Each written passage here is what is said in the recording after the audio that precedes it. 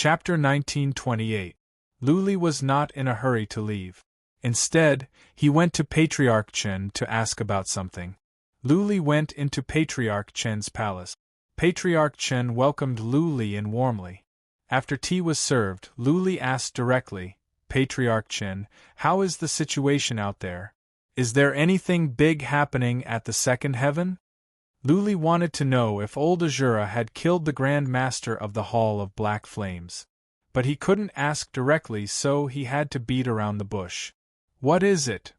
Patriarch Chen was surprised. He thought about it and said, "Nothing big. It's just that some islands nearby are in a fierce fight. 3 of them are occupied by 3 old farts. The 3 old farts used to be independent cultivators, and they were all at the peak of the Third Tribulation. After they occupied the 3 islands, they began to build forces, recruit warriors and build divine glyphs." What else? Luli didn't care about this. He only wanted to know about the Hall of Black Flames. Patriarch Chen misunderstood. He thought Luli was asking about the other island. Patriarch Chen said, "The other 5 islands are fighting fiercely. Middle-level forces at the Southern Ocean have all taken action. Many forces know that they cannot occupy the islands on their own. Therefore, they have formed an alliance of 2 or 3 forces. There are tens of thousands of small and medium-sized forces at the Southern Ocean. The fight is in full swing. It is said that the seawater at the Heavenly Island has turned blood red. To become a super force at the second heaven, there must be 2 characteristics. Either a powerful warrior as the leader or a force must occupy an island. Only then could a force be regarded as a major force. The Heavenly Island was rich in Xian Qi and there were many blessed lands. Not only could warriors cultivate faster, but the islands could also produce divine materials and divine treasures. In the long run, warriors on the islands could improve their abilities. In history, when any island was vacated, there would be fierce fights and fight. After hundreds of years, the overall strength of a force that occupied an island would be improved by leaps and bounds. Now, 8 islands were vacated. 3 of them had been occupied by 3 powerful independent cultivators, but there were still 5 left. The tens of thousands of forces at the Southern Ocean were envious and wanted to take the islands for themselves. Luli thought about it and asked directly, "I may have to go out soon. I want to know, is there any news from the Hall of Black Flames?" "Are you going out?" Elder Chen's expression turned grave as he said, "Isn't your combat strength a little too low? If you go out, it will be very dangerous. The scouts of the Black Flame Hall outside the island should not have left." I haven't heard of any movements from the Black Flame Hall recently." "Oh right, it seems that a very powerful goddess has appeared in their ranks. She has been hiding and hasn't come out yet. It is said that they are preparing to make a move in the Genius Tournament this time. They are going to suppress everyone and obtain first place in the Genius ranking." Oh! Luli didn't care about the Immortal Lady. There was an Immortal Lady at the Shangqing Palace. Luli was annoyed by the sight of them. They were the chosen sons and daughters of God, and had their eyes on the top of their heads. Luli hated dealing with them. His mind spun and he asked, "Have any peerless experts appeared recently? Is there a great battle between peerless experts?" "Why do you ask?" Patriarch Chen looked at Luli with suspicion. Seeing that Luli had no intention to answer, Patriarch Chen shook his head and said, "Apart from the 3 rogue cultivators that tried to snatch the Heavenly Island, there are no other powerful warriors. All the major forces are very low-key and don't dare to act recklessly for fear of angering the great Demon King." "Oh, I understand now." Luli was disappointed. It seemed that the old man hadn't recovered from his wounds.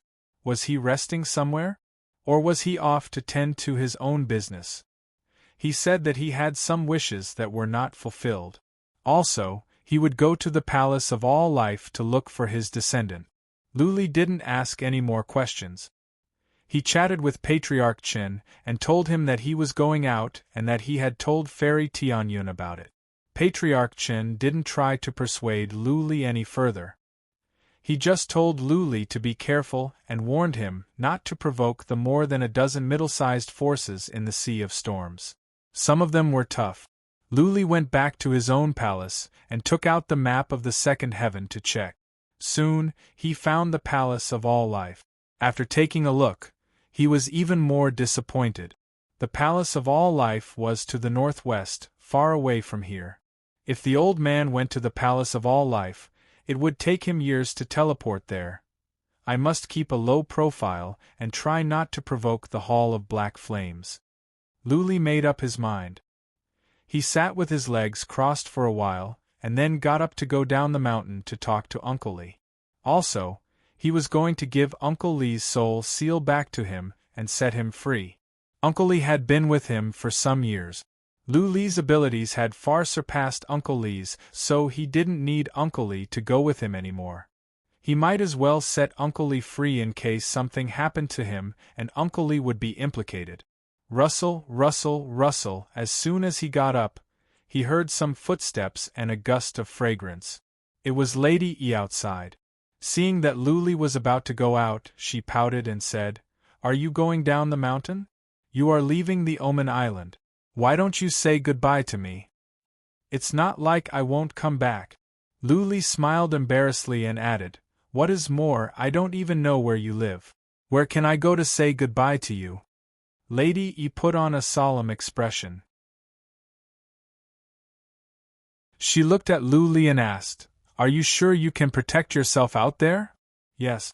Luli didn't hide anything. He said with certainty, "As long as I don't run into warriors at the peak of the third tribulation, nobody can kill me." Lady E was surprised. She looked at Luli with a frown and said, "You must have gained a lot in the Palace of Demons. I was worried about you for nothing." Buzzing, Lady Yi's ring glowed. She took out an interspatial ring and said, "This is the divine origin gold you gave me. I will give it back to you. You can use it on the way." "It's okay." Luli waved his hand and said, "This amount of divine origin gold is not enough for me to teleport to the Sea of Storms. It is a mess out there. It is a good time to rob. I want to go and gain some experience as well. If I can't even get some divine origin gold, then I don't need to go to the Sea of Storms." "That's true." Young Lady E put away the spatial ring. Her eyes flickered as she took out a jade bottle from the ring and said, "There are 3 pills in here. They are called explosive yuan pills. These pills can instantly increase your divine power by 5 times, but it can only last for 2 hours. Also, after 2 hours, you will enter a period of weakness and it will take you 3 days to recover. In other words, these 3 pellets are for you to save your life. Don't use them unless you have to." "Thank you." Luli looked at Lady E gratefully. This kind of pellet was similar to the Hall of Life and Death's elixirs he used in the past. But clearly, this kind of pellet was of a higher level and didn't have such severe side effects. "Time to go." Luli gave Lady E a meaningful look and walked out with determination. Soon, he disappeared from the foot of the Cloud Mountain.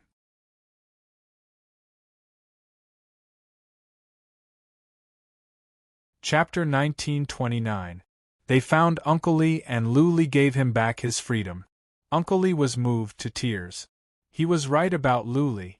In such a short time, Luli had given him back his freedom. Even though he had his freedom back, he was still afraid to leave the Omen Island. Hearing that Luli was going to the storm area, he shamelessly asked Luli to go to a small island and bring his daughter over. The Black Flame Hall's sphere of influence was in the Stormy Sea region. Bringing a little girl along would not be too troublesome. Luli said that if he had the chance, he would definitely bring it over. With that said, Luli didn't leave in a hurry. Instead, he began to consume the bronze mask. He didn't want anyone to know that he was leaving. Otherwise, if the news spread, someone would definitely ambush him. After spending half a day refining the mask, it had 3 forms. The first was the bronze form, which looked like a ferocious beast. Also, he could turn into a human skin mask and turn into a very ordinary young man. After transforming, Uncle Lee could not even feel that he was wearing a mask. The third type had the appearance of a malicious spirit, which looked even more sinister and terrifying. Luli hid the mask inside his body and went down the mountain in a low-key manner. He told others that he was going to the Demon King Mountain to cultivate. After he left the Cloud Mountain, he took a detour and headed towards the north. After finding a secluded place, he changed into an airtight armor and put on a helmet. At the same time, he changed the bronze mask into the appearance of a malicious spirit. Then, he rushed out of the Heavenly Devil Island. He didn't use the full power of the unfettered steps, or else it would be too shocking and cause a huge uproar. He casually used it, and his body moved forward like a ghost. Xiao Chen activated the mark of the Great Tao, and his senses became several dozen times sharper. He had long since sensed the hidden cultivators in the surroundings and changed his direction. After 3 days, Luli was only noticed by one person. The others had already sensed it and had gone away to hide. There was an old man hiding with psychic power. He had locked onto Luli from afar. That old man wanted to rush out from underground to kill Luli. However, Luli suddenly sped up and disappeared in the blink of an eye. The old man was so scared that he retreated at once. The next few days were peaceful. Even though there were many roving bandits at the Omen Island, Luli was fast and his senses were sharp. He could avoid them easily. After another 2 days, the edge of the island was right in front of them. Luli was excited. After being in the second heaven for so many years, he could finally leave the demonic island and wander around. Originally, he thought he might have to cultivate in seclusion on Heavenly Devil Island for 100 years or even longer. Luli looked at the endless sea in the distance, at the light red water. He took several deep breaths, stepped forward and dashed into the sea. There were soldiers patrolling the edges of the island, but the soldiers didn't care if the people of the Heavenly Devil Island went out. Entry and exit to the Heavenly Devil Island was very easy. As long as one wasn't a member of the 36 Great Forces or publicly announced that they had left the 36 Great Forces, they could join the Heavenly Devil Island. The Great Demon King had a breadth of mind that no man could compare to. This was something that all the martial artists of the Heavenly Devil Island admired. If you think it's good, you can stay on Heavenly Devil Island. If you don't like it, you can leave at any time. The warriors glanced at Luli but ignored him. Luli dashed out of the ocean and flew toward the north. His target was very clear. It was a heavenly island in the north, Raging Flame Island. The competition for this island had been fierce recently. There were 4 groups of people fighting for this island, and each group was made up of 3 mid-sized forces. There were more than 100,000 warriors in the 3 groups. Many rogue cultivators were trying to fish in troubled waters. The island was bustling. Luli needed a large amount of divine origin gold unless he sold his treasures, such as the 9 strange mountains, which could fetch a high price. Otherwise, he would have to rob. The Raging Flame Island was in chaos with constant battles. It was the best way to fish in troubled waters.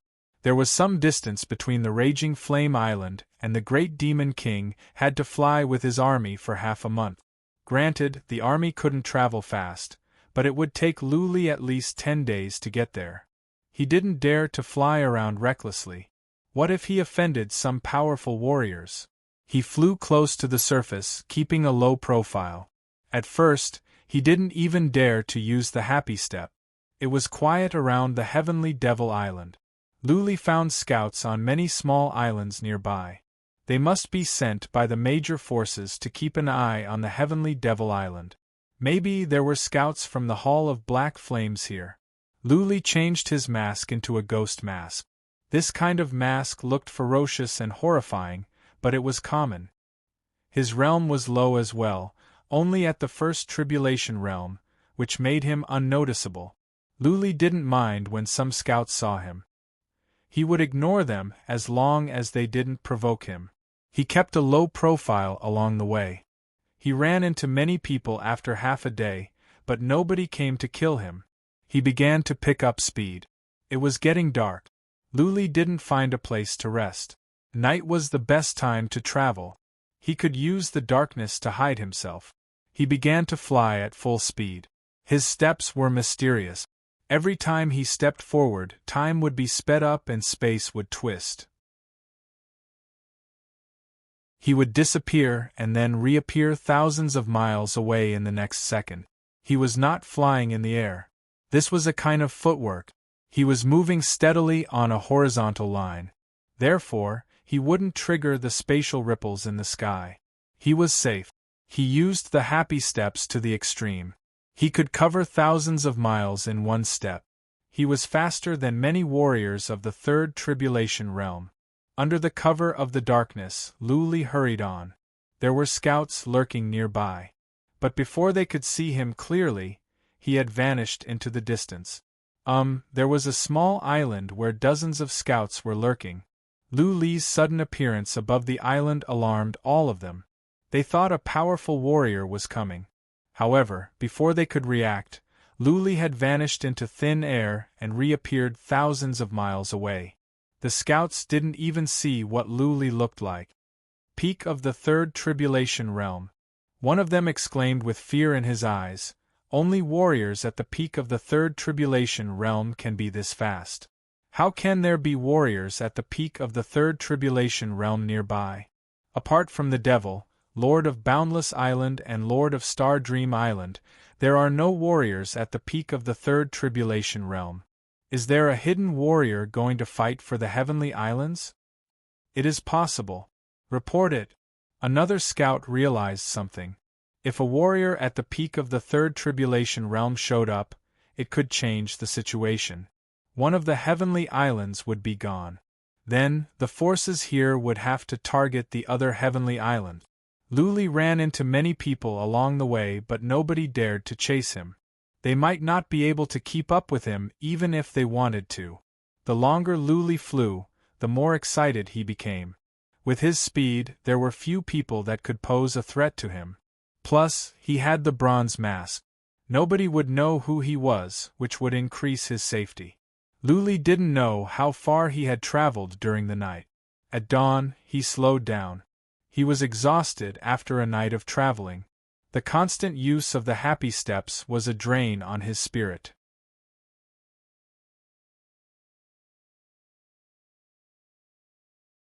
Chapter 1930. When a man wanted to rest, he hated to be disturbed. Even though Luli didn't sleep, he had just recovered some energy. Inevitably, he was unhappy that he was targeted by dozens of psychic powers. He didn't plan to make a move. He just sat on the island with his legs crossed. If the warriors didn't provoke him, he would continue to rest. Clearly, those warriors wouldn't let him be. 3 of them flew down from the iron ship and came at him. Luli had to pay attention. He used psychic power to check the iron ship. There were at least 1,000 warriors on the ship and many young masters and young ladies. He sensed that there were no third tribulation heaven gods here. The most powerful ones were only at the peak of the second tribulation. Luli sneered. The 3 of them flew down from 3 different directions and surrounded him. One of them shouted in a deep voice, "Which force are you from? Behave yourself or we will kill you." Luli stood up and said, "I am from the Boundless Island. What do you want?" "Boundless Island?" The 3 warriors were stunned. One of them said in disbelief, "Where is your ID token? Take out your Boundless Island identity token." "Why should I show you?" Luli squinted at him and said, "Who are you? Do you own this land? What right do you have to interrogate me?" Luli was so aggressive that the 3 were afraid to do anything rash. They came down because of a young master of their family. That young master noticed that Luli was still young and didn't run away from the iron ship. Luli was sitting here with his legs crossed and cultivating, so the 3 warriors were sent down to question him. "We are from the 4th flat island." One of them said, "Friend, in order to avoid any misunderstanding, I think you should show us your ID token. As long as you are from the Boundless Island, we will not make things difficult for you."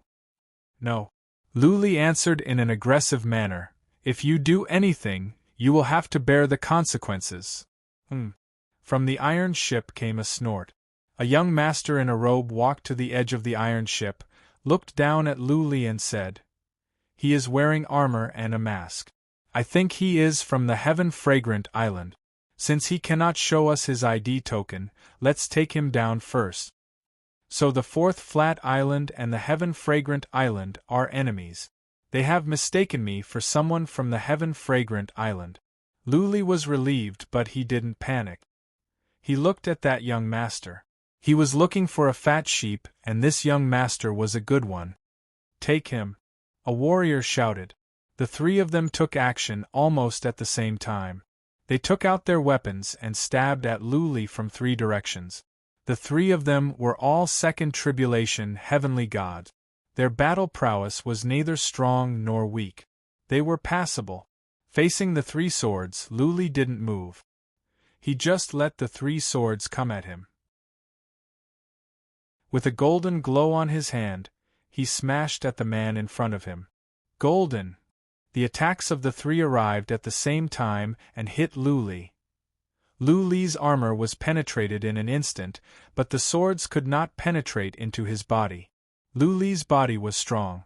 Not even a warrior of this level could break his defense. Luli waved his hand and knocked away the three swords. He moved and punched at a warrior in front of him. Accompanied by a muffled explosion, that person's chest was penetrated by Luli in one breath. Shio! After Luli killed one man, he dashed towards the iron ship like a ghost with some strange footwork. Before many people on the iron ship could react, he had already rushed in front of that young master. "Young master, be careful, retreat." There were 3 peak second tribulation cultivators in the cabin of the iron ship. The 3 of them had been paying attention to the situation below. They originally thought that even if the 3 people below were not enemies, they would still need some time. Unexpectedly, after Luli killed one of them, he left the other 2 and rushed to the iron ship to attack their young master. This young master was not a good-for-nothing. Seeing Luli flying towards him, he took out a saber at once. While stepping back, he swung his saber at Luli. There were divine patterns glistening on the saber, and Luli felt something as heavy as a mountain. There were 2 warriors with this young master. Seeing that Luli was going to kill their young master, they both took out their weapons and hacked at Luli. Humph! Luli moved his feet and stuck close to the 2 escorts like a ghost. The 2 escorts missed their target. Luli ignored the young master's saber and reached for the young master's neck with his other hand. Whoosh, whoosh, whoosh! There were nearly 1,000 people on the iron ship. Many of them came to their senses and dashed towards Luli. But they were too slow. Luli had already gotten close to that young master. He took the blow by the saber, grabbed the young master's neck and lifted him up. The 3 warriors at the peak of the second tribulation rushed out, but they didn't dare to move anymore. Luli had a dead body in one hand. That man was wearing armor and his chest was pierced through by Luli's fist. Luli held their young master's neck in the other hand. Their young master kept hacking at Luli with his saber. Even though Luli's armor was cracked, his body and mask were not harmed at all. "If I were you, I would not move. As soon as I put more strength into my hand, your neck will be crushed and your head will be cut off." Luli looked up coldly. His eyes were as cold as ice. That young master's heart trembled. The young master stopped moving his saber. His mouth trembled as he said, "Who are you? What do you want?" Luli said indifferently, "I have forgotten my real name. But someone called me the Hell Killer. I belong to no sect and I wander the world on my own. I am passing by and wanted to take a rest on this island. But you want to kill me. I will have to give you a taste of your own medicine." "Sir, no." A warrior at the peak of the second tribulation stepped out and said, "We have offended you. I am Chun Guangyang, a patriarch of the 4 Flat Island. This is the only son of our island owner. My island owner is Chun Tianfang. I am at the 3rd tribulation. Please, for our island owner's sake. The third tribulation? Luli sneered and said, Is the third tribulation powerful? Are you telling me that your island owner is an immortal at the third tribulation and I have to kneel on the ground and let you do whatever you want to me? That is not what I meant. Chen Guangyang waved his hand and said, This is just a misunderstanding. Please forgive our young master's rudeness. The four-flat island will repay you handsomely in the future. No need for that. Luli waved his hand and threw the body onto the iron ship. He said coldly, Repay me handsomely now. How much divine origin gold are you going to pay for your young master's life? If not, I will send your young master on his way. A repayment was just a polite remark. They didn't expect that Luli was going to put a price on it. The three elders looked at each other and discussed for a while through voice transmission. Chen Guangyang said, This time, we're going to meet up with the island master, so we didn't bring too much divine origin gold with us. If we all pool it together, we'll be able to gather 30,000 divine origin gold. Are you satisfied? Do you think I am a beggar? Or is your young master only worth 30,000 divine origin gold? Luli glared at him and said angrily, If you don't have 300,000 divine origin gold, I will twist your young master's head off and kick it like a ball. If you don't have enough divine origin gold, you can pay with treasures. Just tell me if you are willing or not. If not, I will kill you. 300,000 divine origin gold?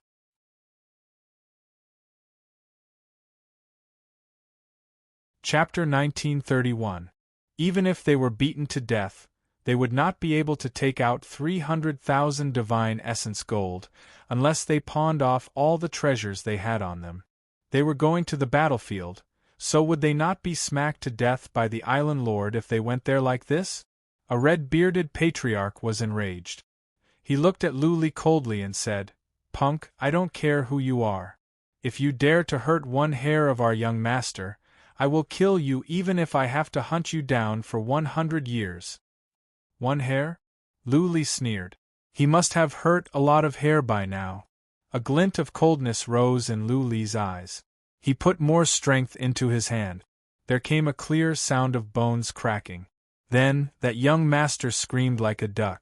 Chen Guangyang shouted, Stop! Whoosh! Luli didn't stop. He carried the young master in one hand and dashed toward the red-bearded old man like a ghost. Luli threw a punch at the old man's chest. How dare you! The old man was enraged. He took out a spear and was about to stab Luli. However, Luli moved his other hand and put their young master in front of him.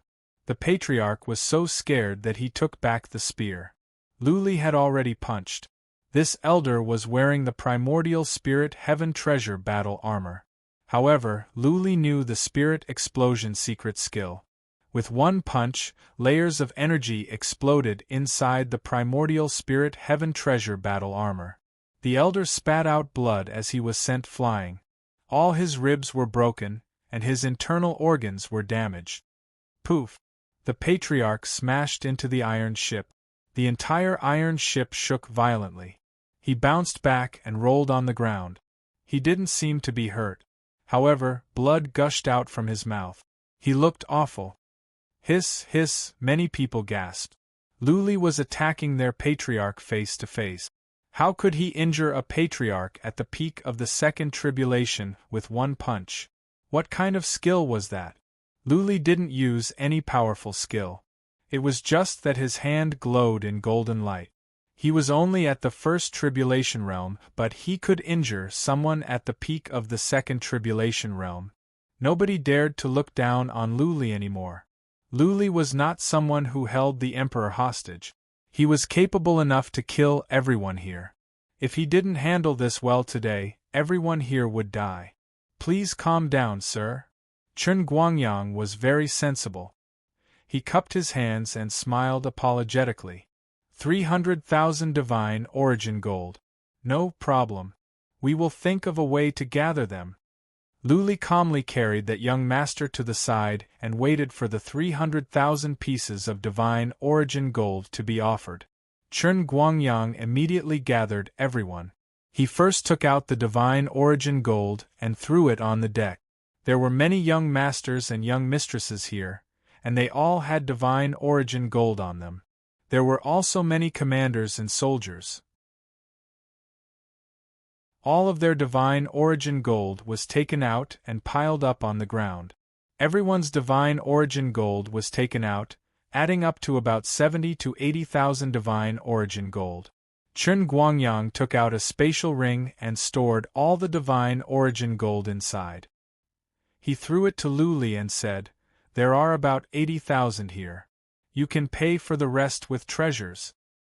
"Sure," Lu Li answered coldly. Chen Guangyang made up his mind, took out a saber, threw it to Lu Li and said, "This saber is a Chaos Spirit Heaven treasure and it is engraved with divine patterns of strength. Normally, a Chaos Spirit Heaven treasure is worth 100,000 divine origin gold. This one is worth at least 150,000 divine origin gold." A saber? Lu Li's favorite weapon was a saber. He took it over with one hand, looked at it, and even swung it around. He was satisfied. The saber was cyan in color, more than 3 feet long, and it was powerful. There were cyan divine patterns on it that could enhance the saber's strength. Lu Li put it away after a while. He nodded and said, "This saber is not bad. I will sell it for 50,000 divine origin gold." 50,000? You might as well rob someone. Chen Guangyang was losing his patience. If this saber was put up for auction, it could be sold for 200,000 divine origin gold. If there were some wealthy customers who liked this saber, they could even sell it for 300,000 divine origin gold. But Lu Li said 50,000 divine origin gold? What was the difference between that and robbery? Lu Li sneered and said, "Don't make it sound so harsh. I don't like robbery. 50,000 it is." Chen Guangyang and the others were speechless. What Lu Li was doing was no different from robbery. He was just short of stripping them naked. He took 2 deep breaths and looked at the other elder. That elder gritted his teeth and took out his battle armor, tossing it to Huang Xiaolong, and said, "1 Grand Spirit Heavenly Treasure battle armor, 100,000 divine origin gold." 30,000. Lu Li threw out these words and put away the armor. For him, the armor was of little use because his defense was stronger than the primordial spirit armor. That patriarch was so angry that he almost spat out blood. Lu Li ignored him. He crooked his finger and said, "Go on. If you can't get 300,000 divine origin gold, you can pay with your young master's head." Crack! Lu Li tightened his grip. The young master's neck cracked again. The young master cried out in pain and shouted, "Take it! I will give you everything. The elixirs, materials and treasures in my interspatial ring are worth tens of thousands of divine origin gold. You can have them all." The young master's ring was disconnected from the spiritual connection and floated in the air. Lu Li grabbed it and found some divine origin gold in it. There were many other materials, elixirs and manuals. Lu Li did a rough calculation and said, 20,000 divine origin gold. "Go on. Are you King going to take everything we have on us?" Chen Guangyang and the others felt like crying. They took out all the treasures, manuals and materials in their interspatial rings and asked Lu Li to make a valuation. Their valuation was useless now. Lu Li would give them whatever he wanted. The red-bearded old man's armor was taken off, and the spear was sent to Lu Li as collateral. The patriarchs and the other young masters and young ladies took out many valuable items from their interspatial rings. Only 200,000 divine origin gold in total. Are there no more treasures? Lu Li glanced over coldly to the 2 young ladies. With a mocking look, he said, "How about we pawn those pretty girls as well? One of them is worth 20,000 divine origin gold. How about that? I will keep them for now. You can redeem them with divine origin gold later." No, no. The young ladies were scared out of their wits. Pawn them with Lu Li? By the time the 4 Flat Island came to redeem them, they would have been ruined beyond recognition. They might as well die now. Don't go too far. Chen Guangyang was enraged. Those were the best young ladies of the Four Flat Island. They were going to be sent to Four Flat Island for marriage. How could Lu Li take their women? Lu Li sneered and said, "If you don't give me divine origin gold, I will have to pawn them with pretty girls. Do as you see fit. I can kill you as easily as crushing some ant. I can kill you and take your women away." Yu, Chen Guangyang and the others were going crazy with anger. He gritted his teeth and took out a yellowing beast skin scroll from his spatial ring and said, "This is a divine inscription diagram that this old man spent 100,000 divine origin gold to buy in the past. There are a few very profound divine inscription dojo layout diagrams on it." Chen Guangyang threw the hide scroll over. Lu Li took a look, nodded and said, "This is worth some divine origin gold. Let's call it 50,000 divine origin gold. Keep looking." "I really don't have anything else." Chen Guangyang and the others looked at Lu Li with tears in their eyes as if their father had passed away. Lu Li raised his eyebrows and said, "If you don't have anything else, then write an IOU. Say that the Four Flat Island owes 50,000 divine origin gold. The interest will be increased by 50,000 divine origin gold every year. If you don't pay it back in 100 years, you will owe me 5 million divine origin gold." Plop! Chapter 1932. It was pointless to get 70,000 or 80,000 divine origin gold. According to Patriarch Chen, it would cost at least 2 million divine origin gold to teleport to the Stormy Sea area and back. Lu Li got some treasures, but he couldn't sell them. He didn't want to sell the saber either. He didn't kill anyone. He flew off the iron ship and moved on. He wouldn't kill more than 1,000 people for no reason. That was not his style. Even if he wanted to kill, he would only kill the mastermind. It was not worth it to start a feud with a middle-level force for no reason. Lu Li used the happy steps and moved on for more than 4 hours. He even changed his direction and found an island to rest again. He realized that the happy steps consumed a lot of spiritual energy. His soul was weak. He would be exhausted if he used the happy steps for a day and a night. Lu Li moved on after resting for 4 hours on the island. This time it was peaceful. Even though he ran into many warriors along the way, there was no conflict. Most of the martial artists hiding here were stragglers or scouts of some forces. They didn't have much to offer. Lu Li didn't want to rob them. He hurried to the Furious Island in a low-key manner. In this way, he tried to keep a low profile during the day and rushed on at full speed at night. This way, he could save a lot of time. Traveling at night wouldn't attract too much attention. One night's journey could be as long as 4 or 5 days. After 6 days of peace, Lu Li was not far away from the Furious Island. It would take him another 2 or 3 days to get there. That being said, it was the main battlefield where several forces were fighting to the death. Apart from the 4 alliances, many smaller forces had come here. They were here to fish in troubled waters. The 4 alliances were fighting for the Furious Island. How could the smaller forces fish in troubled waters? It was simple. Let the 4 alliances fight first. When the 4 alliances suffered heavy losses, it would be the time for the smaller forces to step in. The smaller forces would choose to join the alliance that was more powerful, help to occupy the Furious Island and share the fruits together.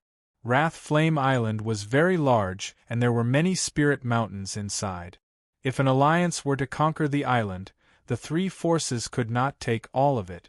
For example, some small mountains and some small cities could be divided. These were what the smaller forces were here for. They originally occupied very small islands without many resources and could be destroyed at any time. That being the case, it was better to attack Raging Flame Island together. As long as they obtained a spirit mountain or a city, they could develop and grow. Lu Li's first targets were these small forces. Since these small forces were in the vicinity, They had naturally mobilized all their forces and brought all their belongings. Once the 4 alliances were done fighting, they would choose a side to join. The place they chose to hide was very clever. It was 2 or 3 days away from Raging Flames Island. They would not attract the attention of the 4 great alliances, and they would be able to monitor the situation over there at any time so that they could make an accurate response. Luli didn't make a move right away. Instead, he lurked nearby and captured some scouts to interrogate. It only took him half a day to figure out the situation nearby. Currently, 4 alliances were fighting on Raging Flame Island. The first alliance was led by the Flying Immortal sect, the second by the Goddess Palace, the third by the 4th level island, and the 4th by the Lunar Shadow Manor. The young master Luli encountered and Chen Guangyang were from the 4th level island. Their island owner was on the Raging Flames Island, and he was the leader of an alliance. Luli didn't plan to go to the Raging Flames Island for now. 4 armies were fighting there. It would be too arrogant of him to go and rob by himself. If he incurred public anger, what if the 4 armies stopped fighting and came to kill him together? Luli was ready to take action against the small forces nearby. There were islands everywhere and many small forces were hiding on many islands. There were also some groups of bandits that specialized in robberies. After resting for half a day, Luli set out. His first target was a group of bandits, which he found out from the scouts. The number of bandits was not large, just over 100, but all of them were Second Tribulation heaven gods. The leader was at the peak of the Second Tribulation. It was said that he had powerful skills. The other patriarchs were tough. This group of bandits lived in an open manor on an island nearby. Their scouts had been checking the surroundings. They knew very well that the small forces nearby could not do anything to them. Luli flew towards the island by himself. Before he arrived, he was stopped. 2 men suddenly came out from the water and said in a vicious tone, "Get lost or die." There was nothing more to say. Luli moved closer to one of them and punched at him. That person was smashed away.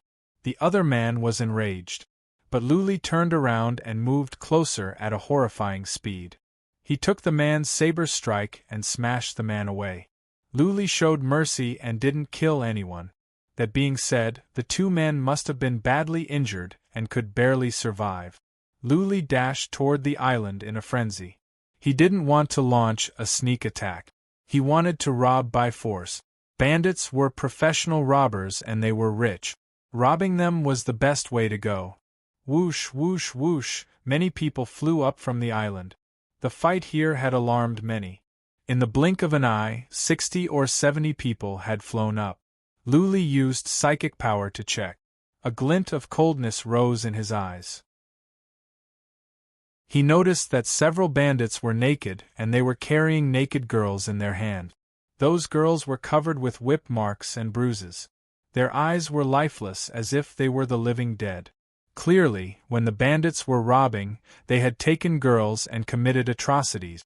Judging by the mental state of those girls, it must have been hell for them during this period of time. Luli used psychic power to check the caves down there. There were bodies in some caves, all of them women. Luli could no longer hold back his killing intent. It poured out. "Who are you? How dare you attack the 7 Luminaries Legion? Are you tired of living? You are alone?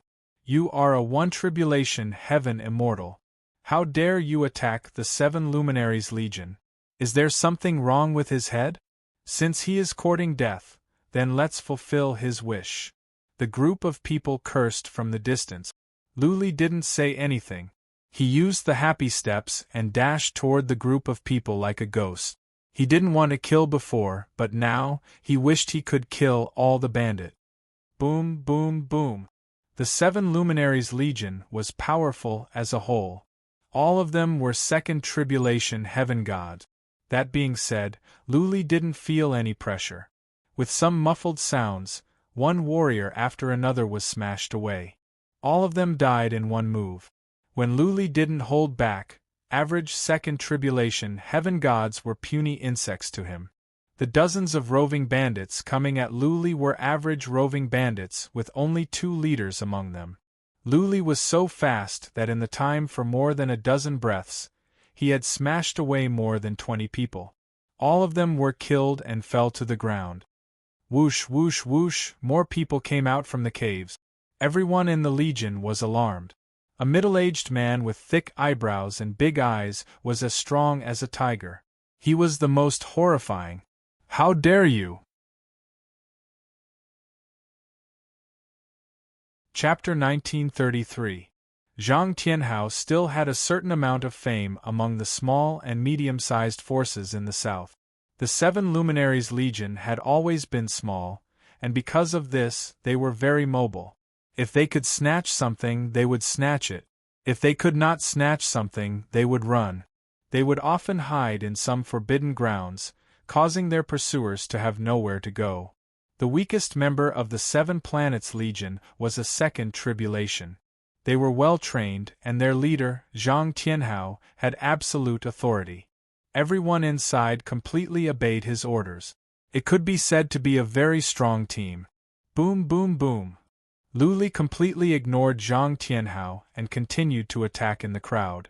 Every time he punched, someone would be smashed away, and the consequence of being smashed away was death.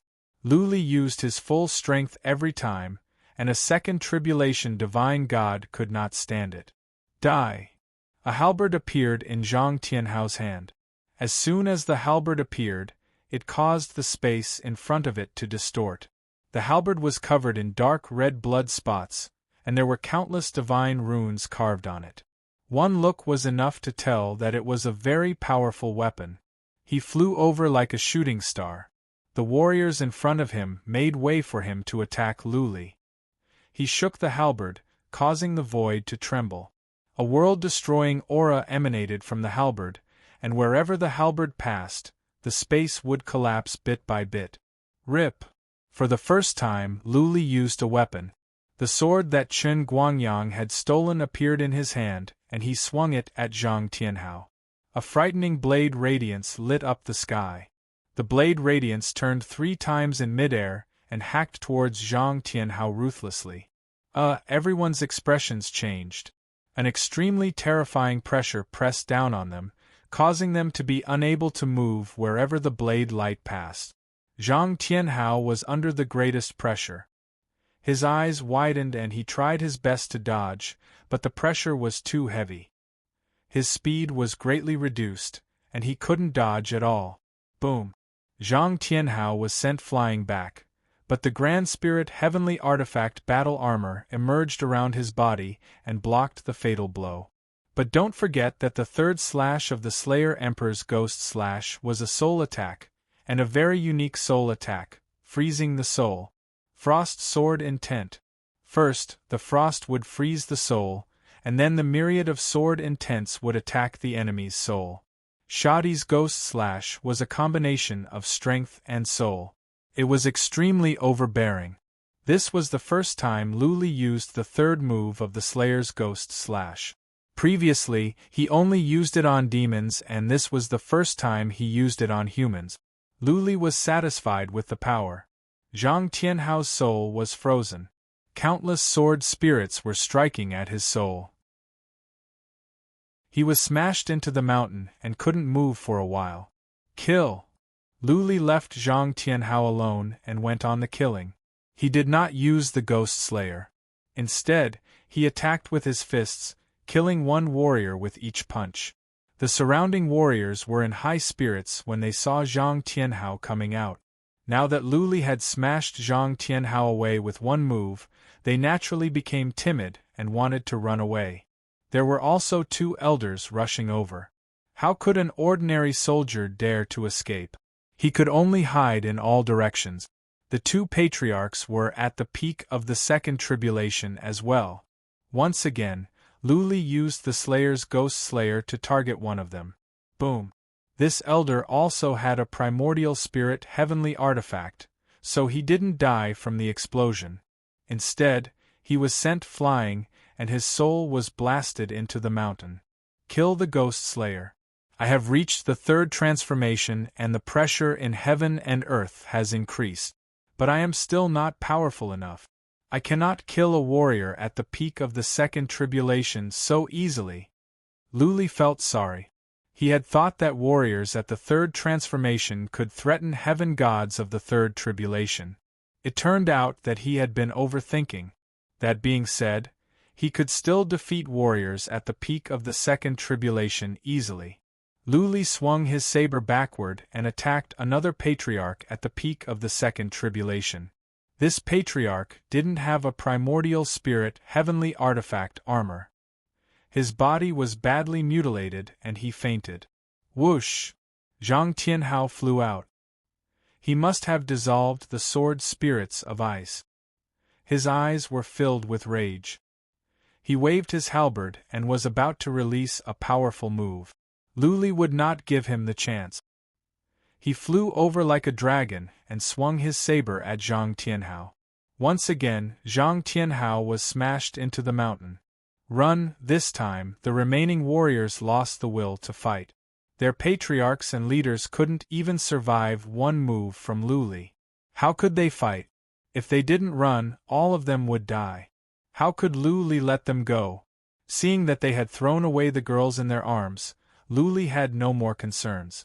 He released the Slayer's ghost, cut one group after another and then killed them one by one. Average heaven gods of the second tribulation were weak in defense. Their bodies were weak, and they didn't have primordial spirit heavenly artifact armor. How could they survive the Slayer's ghost cut? Those warriors tried to run away but were suppressed by the might in heaven and earth. Eventually they were killed one by one. Whoosh, whoosh, whoosh, Zhang Tianhao and the other two patriarchs flew out. Their eyes turned red when they saw Luli killing all of their warriors. This was their core. Without this group of people, the seven luminaries' army would probably cease to exist. Who are you? Zhang Tianhao yelled. We have no quarrel. Why are you attacking us? I don't have a name. My nickname is the Hellish Slayer. Luli answered coldly. As for why I want to kill you, it is because you are not pleasing to my eyes. Luli's original intention was to rob them. However, he realized that these warriors were inhumane. He had the urge to kill them.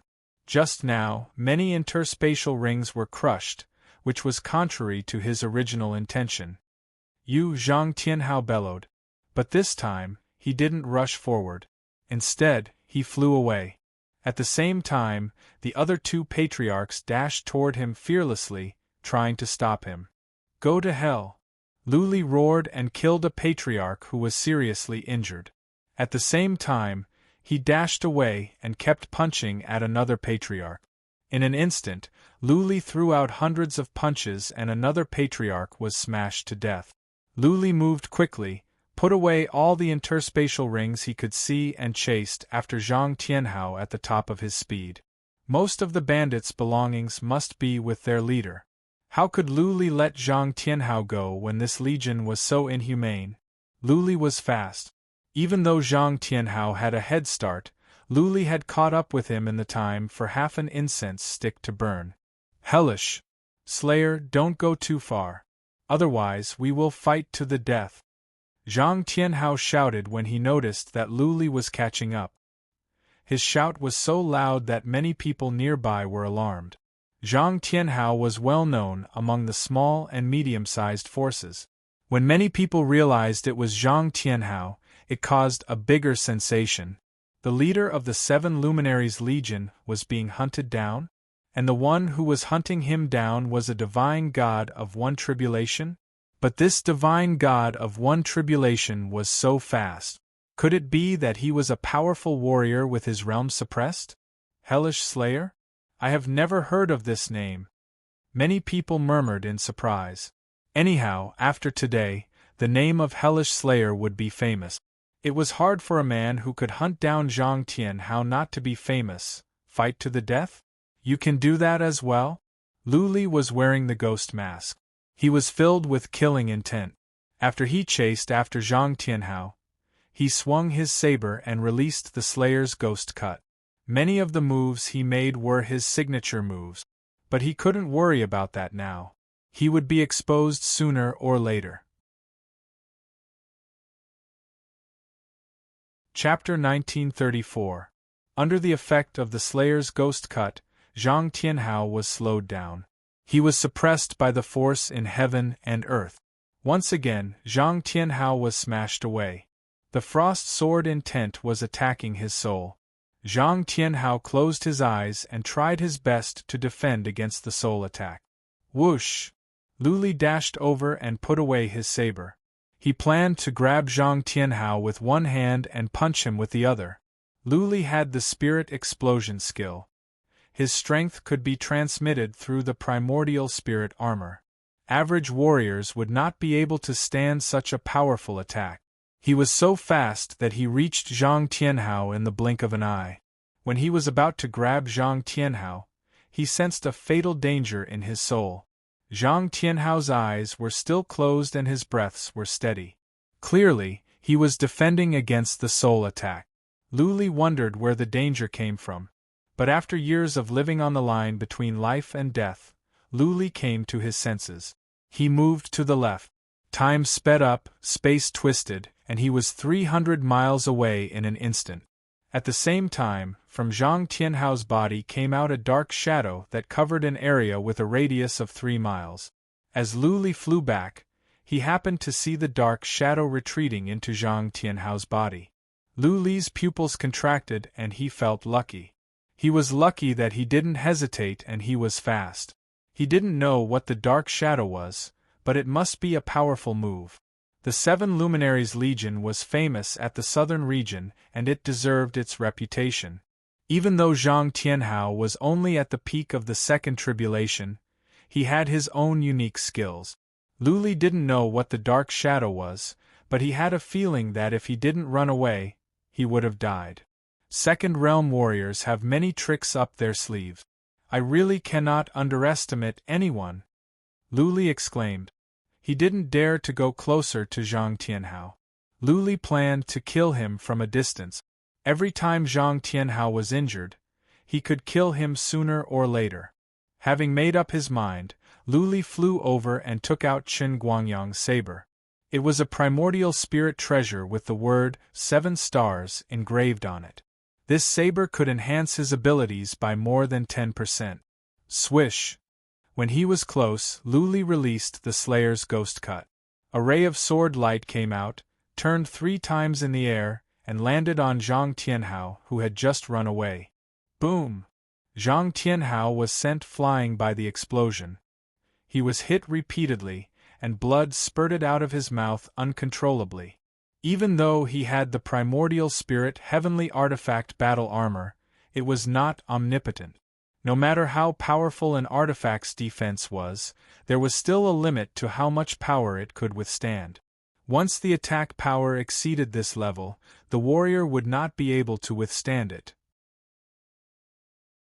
Even if the battle armor was not destroyed, the powerful force would be transmitted, injuring the warrior. After the Slaughter Emperor's ghost / reached the third revolution, its power had increased significantly. The Grand Spirit Heavenly Artifact was no longer able to withstand it completely. A portion of its power would be transmitted into the ghost / injuring the enemy. More importantly, the third / of the Slayer Emperor ghost / was a soul attack. The Ice Frost Sword will was very strong, and every time it was used, it would freeze the soul, making it impossible for the soul to control the body. Although the thousands of swords couldn't cause too much damage to Zhang Tianhao's soul, every time his soul was frozen, he needed time to dissolve it. Rip! When Zhang Tianhao finally came to his senses, Lu Li's sword light came again and his soul was frozen again. He groaned inwardly. If this went on, he would be hacked to death. He had to think of a way. Hell-killing God, stop! He roared as soon as he woke up. However, Lu Li had already taken action. Zhang Tianhao was smashed away for dozens of miles and his soul was frozen again. Stop! I have something to say. Zhang Tianhao shouted again when he came to his senses. Then, He was smashed away and his soul was frozen again. However, when he came to his senses again, he noticed that Luli had stopped attacking and was floating 30 miles above his head. Hell-killing god, we can talk. This was a rare opportunity. Zhang Tianhao said in a hurry, "Are you trying to kill me because of hatred? Or is there another reason?" "No hatred," Luli replied indifferently. "I just don't like the sight of you. Say your last words." "We didn't do anything against nature and reason." Zhang Tianhao was frustrated. Remembering the women they robbed, he changed his tone. "Those women are not civilians. They are the women of an enemy force. I didn't agree to their robbery. But you know, we are roving bandits. We live in a storm of blood every day. If we don't give them a chance to vent, they will lose their minds." Lu Li's expression was cold. His eyes did not change. With the ghost mask on, he looked like a killing god. After a moment of silence, he said, "Is that all you want to say? If you are done, I will make my move." "Don't." Zhang Tianhao wiped the blood off the corner of his mouth, got down on one knee in midair and said, "Lord, as long as you don't kill me, I will do anything you want. Lord, please let me go." The fight here alerted many scouts nearby. The islands nearby were all small and medium-sized forces. Hundreds of scouts dived over from the water. They didn't dare to get too close so they couldn't hear the conversation between Lu Li and Zhang Tianhao. Zhang Tianhao knelt down in midair, but people could see it clearly from the distance. Everyone was shocked. Where did this hell-killing god come from? He was so fierce that Zhang Tianhao had to kneel down and beg for mercy. A man should kneel down.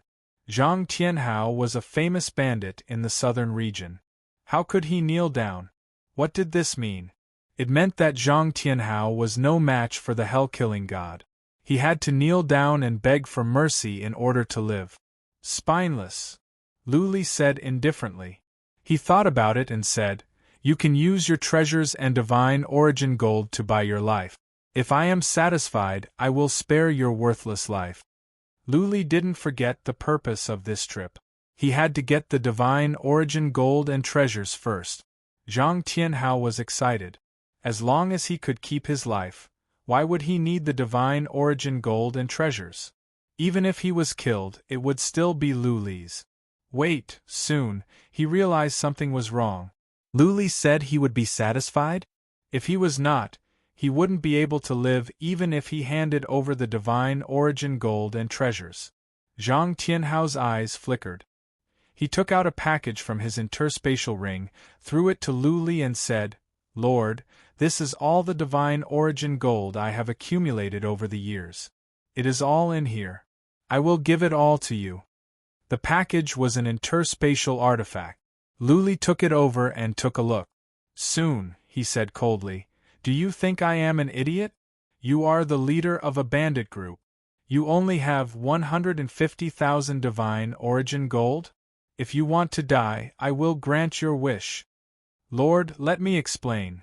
Seeing that Lu Li was about to turn hostile, Zhang Tianhao cupped his fists and said, "Lord, in this fight for the heavenly island, we are planning to do something big. Therefore, we have spent a lot of divine origin gold on armors and weapons. We have spent hundreds of thousands of divine origin gold on weapons for our subordinate. As you can see, many of my subordinates have divine rune weapons. Let them increase their abilities so that we can have a better chance of looting." Lu Li used psychic power to check his interspatial ring. He had killed all the warriors of the 7 Luminaries Legion and put away their weapons. He took a look and found that many armors and weapons did have divine runes.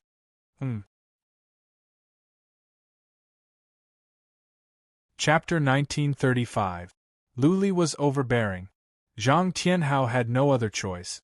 He took out a yellowed book from his interspatial ring and a bow.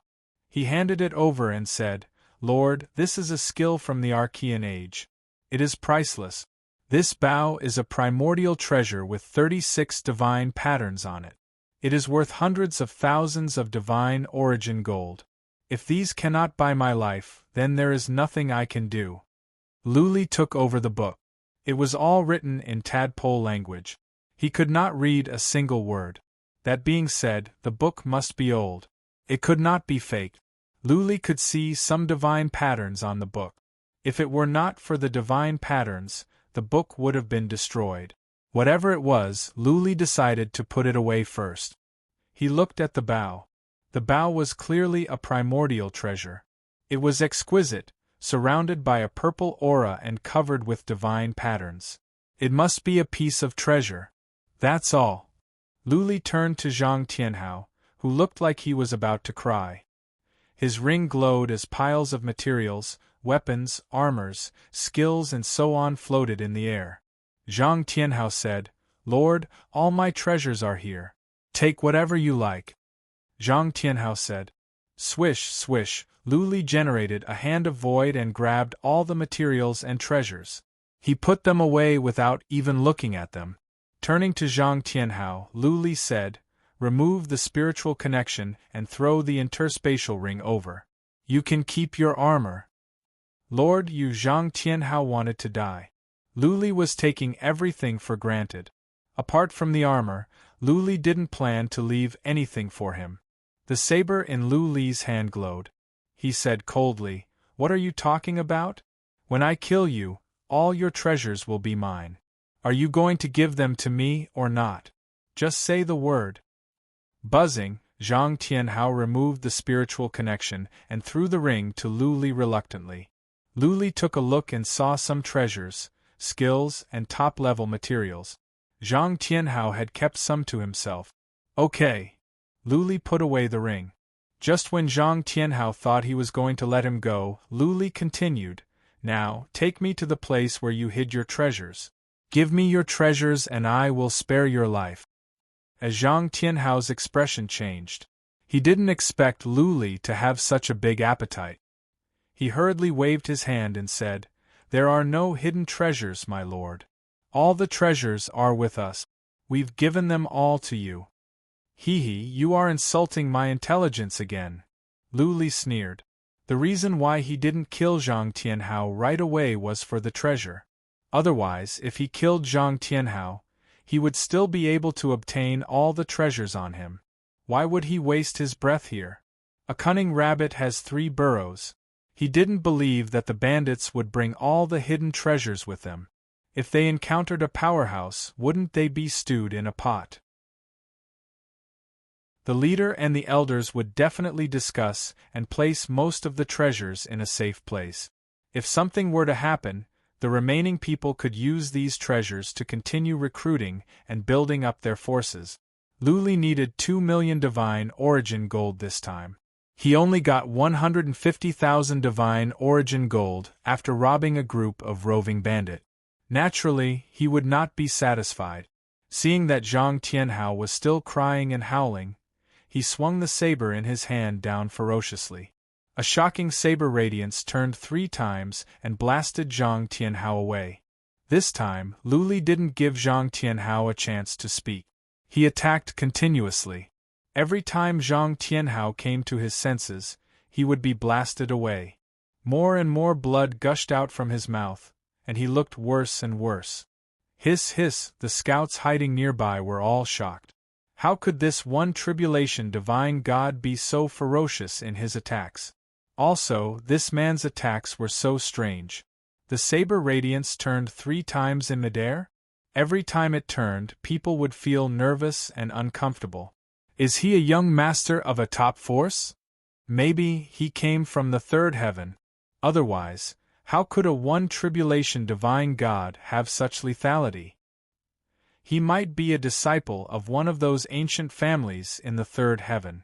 I heard that some disciples of ancient families in the 3rd heaven are born with the combat ability of a 2nd tribulation divine god. Yes, I heard that too. It is said that there is a thunder race in the 3rd heaven. Their disciples can control thunderbolts and kill a 2nd tribulation divine god as soon as they are born. Well, the hell-killing god. Clearly, he doesn't want to reveal his real name. He is so young. He must be a disciple of a big family in the 3rd heaven. Many scouts gathered around and they gathered together to discuss. The main point was that Lu Li's realm was too low, but he could hurt a warrior at the peak of the second tribulation divine god. This surprised them. Stop it! Lu Li had attacked for hundreds of times. Zhang Tianhao felt his internal organs were shattered and his head was cracked. Seizing a chance, Zhang Tianhao shouted, "Stop it! I will take you there." Lu Li stopped. He had enough. If he went any further, he might die. Lu Li flew over and stood 30 miles away from Zhang Tianhao. He said, "Where is it? Don't lie to me. You only have one chance. If I find out that you are lying to me, you will die." "No, no." Zhang Tianhao cupped his fists and begged for mercy. Then he said, "It is in a cave under the sea near Seven Luminaries Island." Seven Luminaries Island? Lu Li took out the map and looked awful. Seven Luminaries Island was at the southernmost part, far away from here. Even if he were to fly there at full speed, it would take him more than half a month. A round trip would take 2 months. Lu Li asked with uncertainty, "Is it the Seven Luminaries Island near the Paradise Island?" "Yes, it is." Zhang Tianhao nodded and said, "That is our base. Many people know about it. We are on good terms with the owner of the Paradise Island. Every year, we hand in some divine origin gold, and they will protect us secretly. Also, there are some maze formations in the sea over there. It is very suitable for us to sneak away." "Too far," Lu Li sighed. "Normally, it would be okay. It would be worthwhile to spend 2 months to get a big treasure. But now, he was running out of time. He had to get back to the Omen Island in 2.5 years. Who knew what could happen on the way? He could not afford to waste time. "How dare you lie to me?" Lu Li wanted to trick Zhang Tianhao, so he shouted angrily and continued to attack. This time, he attacked Zhang Tianhao for more than 100 times. Only when Zhang Tianhao was on the verge of death did Lu Li stop and say, "I will give you one last chance. Tell me the location of your treasure." "It is really at the Seven Luminaries Island." Zhang Tianhao was half dead. He said with a sad face, "Lord, I can swear an almighty blood oath that, if it is not at the sea 30,000 miles to the south of the Seven Luminaries Island, my entire family will die a horrible death." "So you are not lying." Lu Li was disappointed. He thought of something and said, "What is that black shadow that came out of your body? Give it to me." Well, Zhang Tianhao stammered. Lu Li didn't want to waste more time. He attacked continuously. After the time for one incense stick to burn, Zhang Tianhao's head was smashed and he was killed. Lu Li would not show any mercy to roving bandit. If he let Zhang Tianhao go, there would be a new Seven Luminaries Legion in the future. More people would be robbed, tortured to death, and more women would be raped. Buzzing, Zhang Tianhao's armor came off automatically. A hidden interspatial artifact flew out as well. There was also a blood-red bead floating in midair. Bead.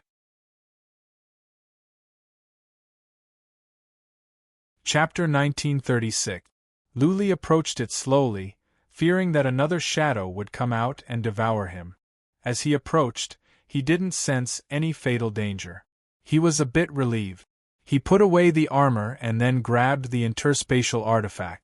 He used psychic power to check and found many top-level materials and rare elixirs. In the end, he looked at the bead. He used psychic power to check but didn't find anything special about it. There were many tiny divine patterns on the bead. Clearly, the bead had been refined many times and there were many divine patterns on it. This must be a piece of treasure. There were 36 divine patterns on the bow, but they were nothing compared to this bead. Lu Li could tell there were at least hundreds of divine patterns on the bead. He reached out a hand and grabbed the bead. It was cold in his hand, as if he was holding a piece of precious jade, heavy. Apart from that, there was nothing special about it. Lu Li tried to pour divine energy into it, but nothing happened. "I will put it away and find a place to refine it." Lu Li thought for a while and put away the bead. Then, he vanished into the distance. So fast, when the scouts realized that Lu Li had disappeared in an instant, they were all speechless. They looked at Zhang Tianhao's body floating on the sea for a while, and then left quietly. They must bring this information back to avoid conflicts between their own forces and this man. Many people would look down on a one-tribulation heaven god. Messing with this man would bring endless disasters to their forces. Lu Li flew for thousands of miles and then found a place to hide. When it was getting dark, he pressed on. 2 hours later, he found a deserted island to hide on. He took out the bead again. Zhang Tianhao had many treasures on him, but Lu Li didn't like the others. He didn't need armor and he had the 7 stars saber from Chun Guangyang as a weapon. He didn't need divine materials and he had enough elixirs. Regular skills were pointless for him. A dark shadow came out from Zhang Tianhao's body and almost killed him. It might be because of this bead. Therefore, Lu Li was interested and he wanted to consume the bead at once. He poured his divine power into it and refined it for a long time, but there was no reaction. He tried other methods, but after a long time, there was no effect at all. What is going on? Lu Li did not understand. The bead was clearly a treasure. Why couldn't he control it? Zhang Tianhao was already dead, so there shouldn't be his spiritual imprint on it anymore. It should be very easy to refine. Divine imprints? Lu Li stared at the divine glyph. An idea came to him. He sent a message to Blood Fairy. Blood Fairy, how is your study of divine glyphs? Back on the Demon Mountain, Blood Fairy had inscribed many divine inscriptions and had been trying to comprehend them. The divine inscriptions on the Demon Mountain were simply too complicated. Most probably, Blood Fairy wouldn't be able to comprehend them all within a short period of time. There's a divine inscription dojo. I should be able to set it up. The divine inscription dojo, Blood Fairy replied. I've finished studying it. I think I can set it up now. That prison's divine inscription is too complicated. I reckon I'll need a long time to comprehend it. Lu Li was surprised and then overjoyed. He did not know that Blood Fairy could learn divine inscriptions so quickly. If he could set up that divine inscription's Tao field, he would be able to seal the divine energy of a third tribulation heavenly deity. If that was the case, he would be able to easily kill a third tribulation heavenly deity. Physical strength? Many third tribulation heavenly deity were no match for him. Once he could not use divine energy, he would not be able to use many skills and fundamental principles. He wondered if Blood Fairy's divine inscription dojo could suppress a third tribulation heavenly deity. Take a look at this bead. There are complicated divine inscriptions on it. Don't touch it. I think there might be a powerful demon sealed in there. Lu Li threw the bead into the mountain and told Blood Fairy to check. He used psychic power to check. If something went wrong, he could send the bead out in time. A tentacle reached out from the god's corpse and wrapped around the orb. Not long after, Blood Fairy's voice rang in his mind. Master, the runes on this orb are very powerful. They are many times more complicated than the runes in the Demon Palace. It really is a treasure. Lu Li nodded. Blood Fairy went on. This time, after a whole day, she said, Master, there is indeed a powerful being sealed in there. It seems to be a demon or a remnant soul at the same time. But the divine inscription on the bead can contain it and control its attack. When you can control the divine inscription, you will be able to control the bead and the demon. Okay. Lu Li was cheered up. Everything was as he had guessed. The bead was a treasure with a powerful demon sealed in it. If he had not retreated fast enough, he would have been killed by the demon. Can you control the divine inscription? Lu Li asked with concern. Controlling the divine inscription would mean controlling the powerful demon. Lu Li would have another way to protect himself and his enemies. I don't know, Blood Fairy replied. I need time. Let me try first. If I am fast, I might be able to control it in a month. If I am slow, it might take decades. I am not familiar with divine inscriptions yet. Buzzing, Luli took out the bow and all the treasures with divine inscriptions and put them all into the mountain. The weapons and armors all have divine inscriptions. Study them. They might be useful to you. Okay. Blood Fairy said nothing and began to study the divine inscription on the bead. Luli began to cultivate and rest as well. He planned to lie low for a few days to let the news die down. He must be at the forefront of the storm. Luli was right.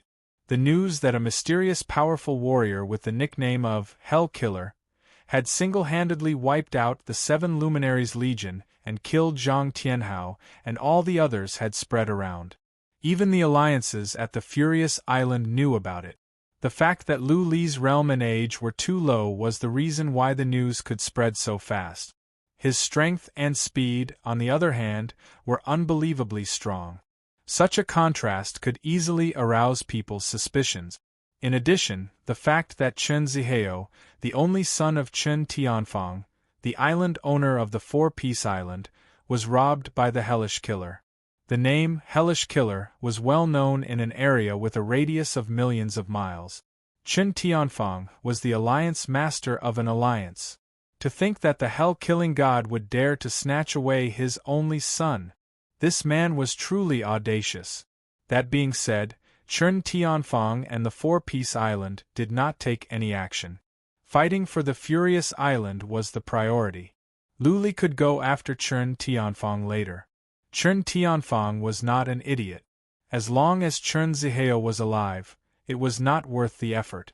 The ray of sword light changed 3 times? On a small island 2 scouts learned the news.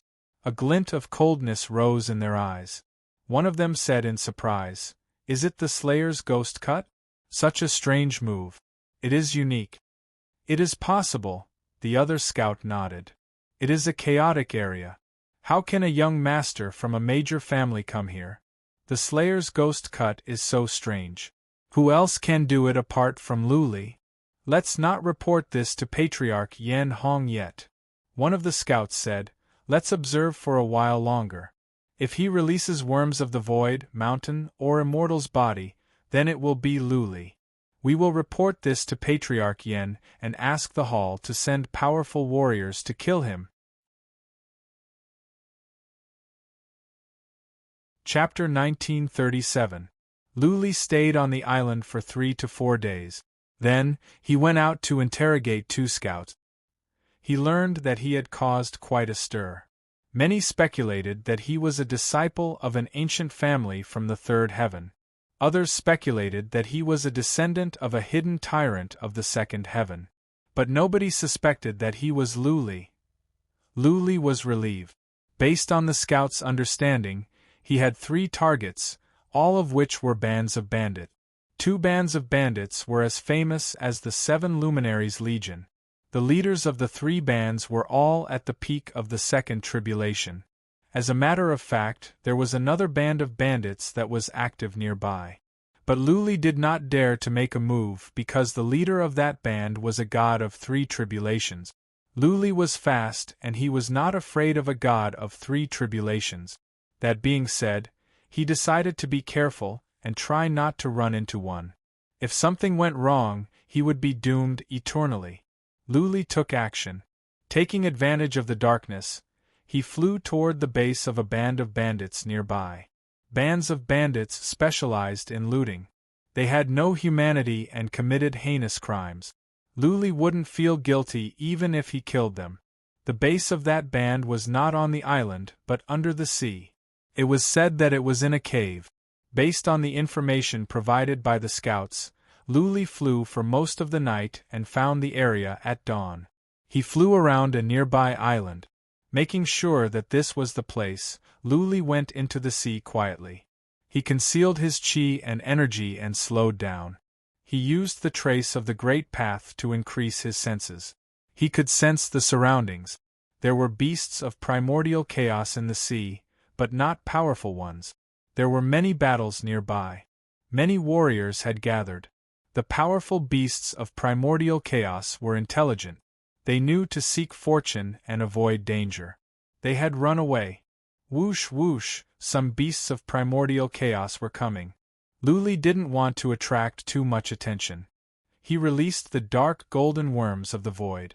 He didn't use too many, just a few. The dark golden worms of the void had gone over. Those beasts of primordial chaos had no time to fight back. They were bitten into bones in an instant. Blood dyed the area red. Luli sped up. The blood would attract more beasts of primordial chaos. He snuck down along the island. However, dozens of miles later, many beasts of primordial chaos swarmed over. Buzzing, Luli had to send out more worms of the void.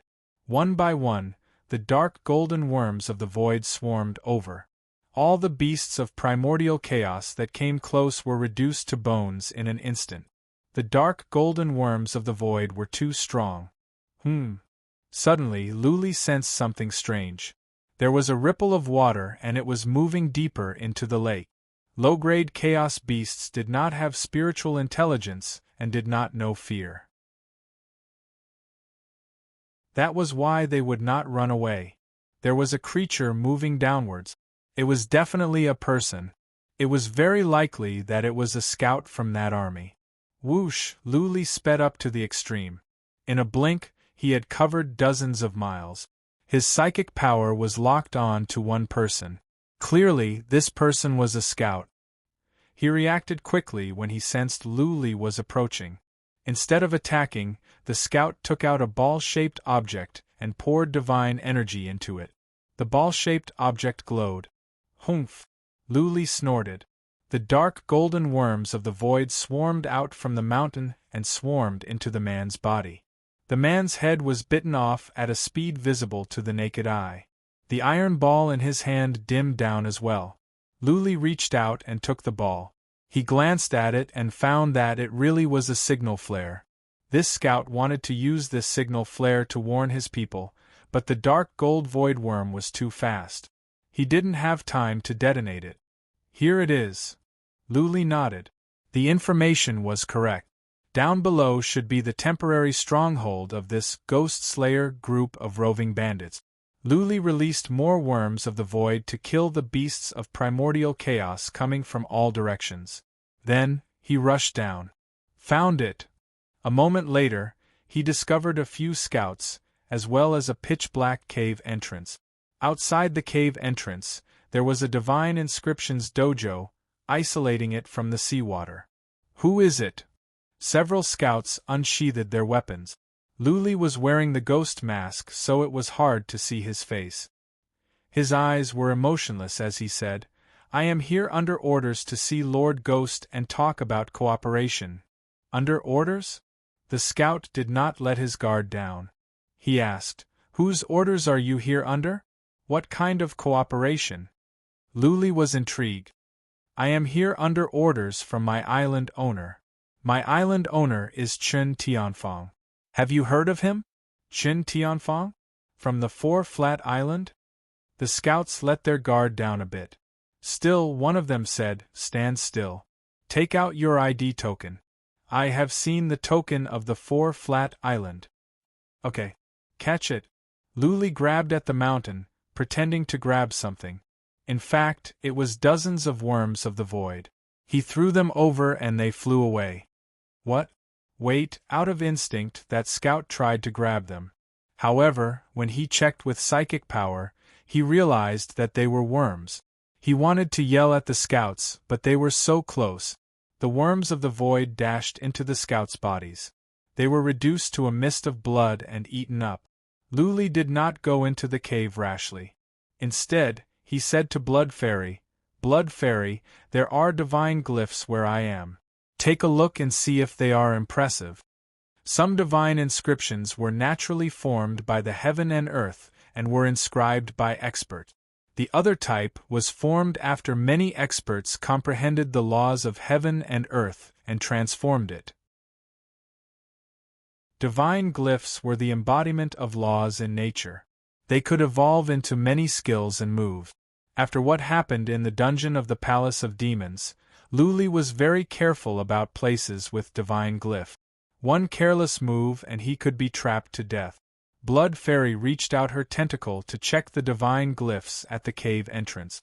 A moment later, she retracted her tentacle and said, "These are simple divine glyphs. They are not offensive." Blood Fairy might not be the best when it came to divine glyphs, but she could not be wrong about something like this. Luli took out the 7-star saber and was ready to dash in. Whoosh whoosh whoosh! Before he could go in, he heard many noises coming from the cave. Following that, many people came out. In the time for a few breaths, hundreds had come out. The Ghost Hunter had more members than the 7 Luminaries Legion.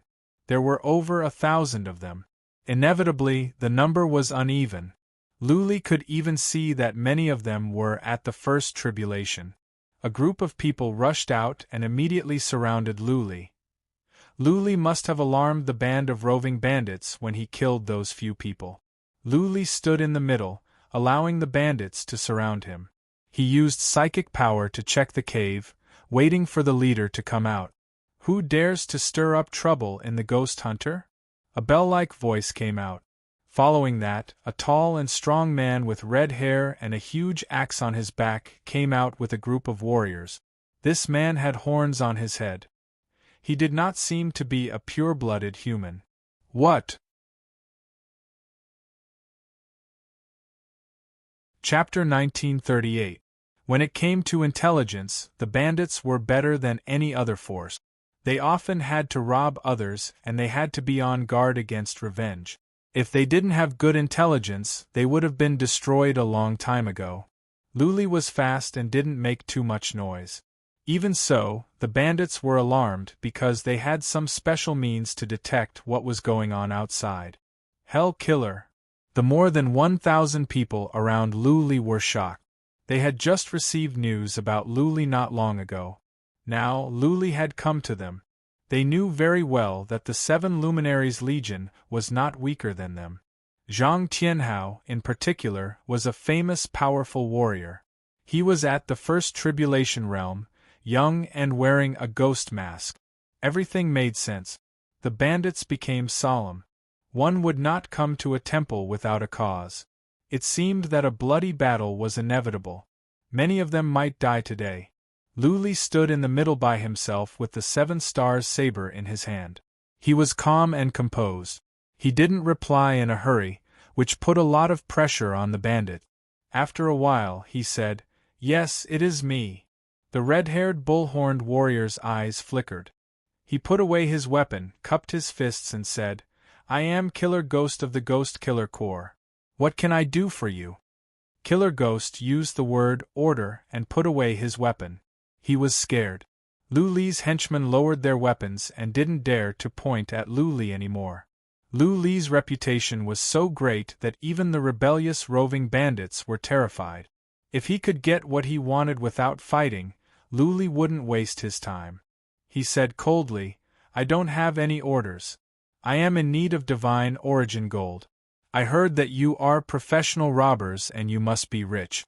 So, I want to rob you." Luli's honesty made the bandits speechless. Usually, they were the ones robbing others. Who would rob them? Luli came here alone and made it clear that he was going to rob them. How could they accept this? Ha ha ha! Guisha laughed and said with a look of agreement, I understand. Who doesn't need money in the pugilistic world? Hell's Grim Reaper, just tell us how much divine origin metal you need. We brothers will sell everything we have to get it for you." Ghost Killer's sincerity once again made the bandits speechless. If they didn't know better, they would have thought that Ghost Killer was Luli's friend and that Ghost Killer was generously helping Luli. Not much. Luli didn't want to make things difficult for Killer of Geisha since he was so understanding. He reached out one finger. Killer of Geisha laughed again. He waved his hand and said, 10,000 pieces of divine origin gold? No problem. Do you think I'm a beggar? Luli sneered. Shah's expressions changed. He made up his mind and said, Do you want 100,000? This. All right, let's think of a way to scrape together. No. Luli shook his finger and said, You are mistaken. I want 1,000,000 pieces of divine origin gold. Take the divine origin gold and leave. I won't rob you guys in the future. 1,000,000? The group could not help but shout in surprise. Luli was demanding an exorbitant price. 1,000,000 pieces of divine origin gold would pile up like a small mountain. Even a small force could not accumulate so much divine origin gold for 100 years. You are making things difficult for us. Killer of Gisha's expressions changed as well. He said in a wrong tone, even if you cut us into pieces, we can't give you that much.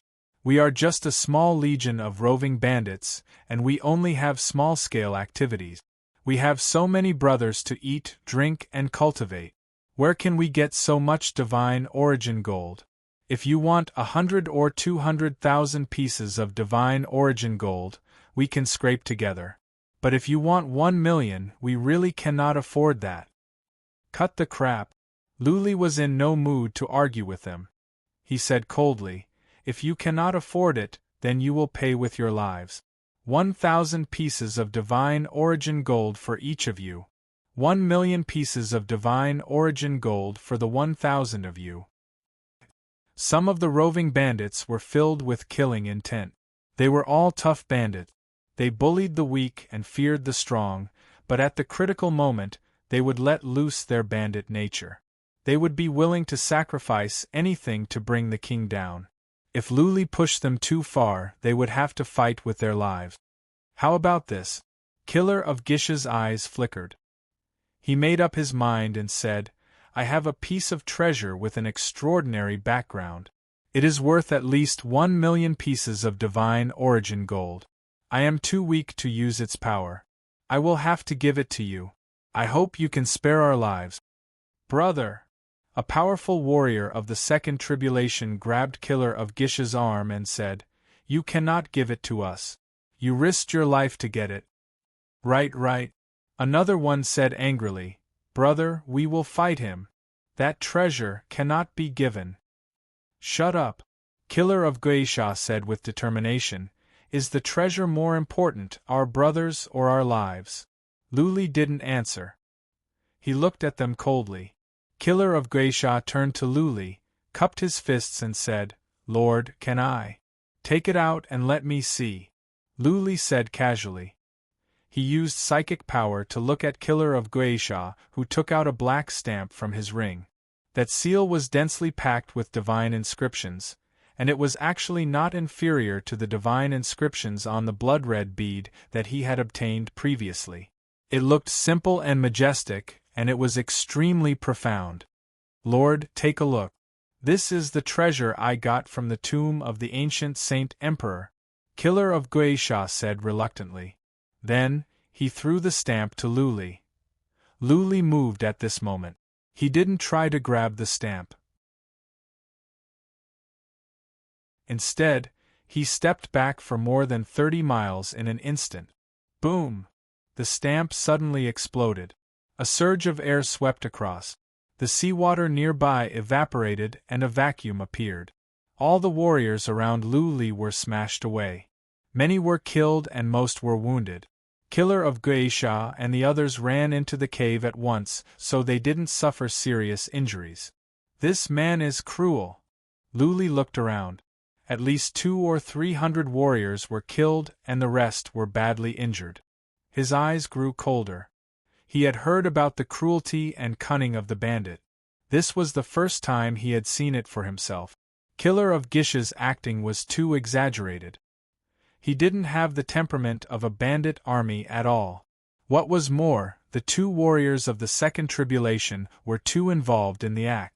What Killer of Gisha said made Luli certain that the stamp was a trap. Ancient Saint Emperors. Luli knew about this. Ancient Saint Emperors were the most powerful warriors in the third heaven. The tombs of ancient Saint Emperors were usually at the third heaven or in mysterious small worlds. How could Killer of Gisha go to the third heaven? How could he go to the tombs of ancient Saint Emperors? Charge! There was nothing more to say.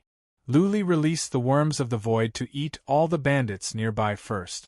Now that he had made up his mind, Luli didn't want any information to leak out. He wanted to kill everyone.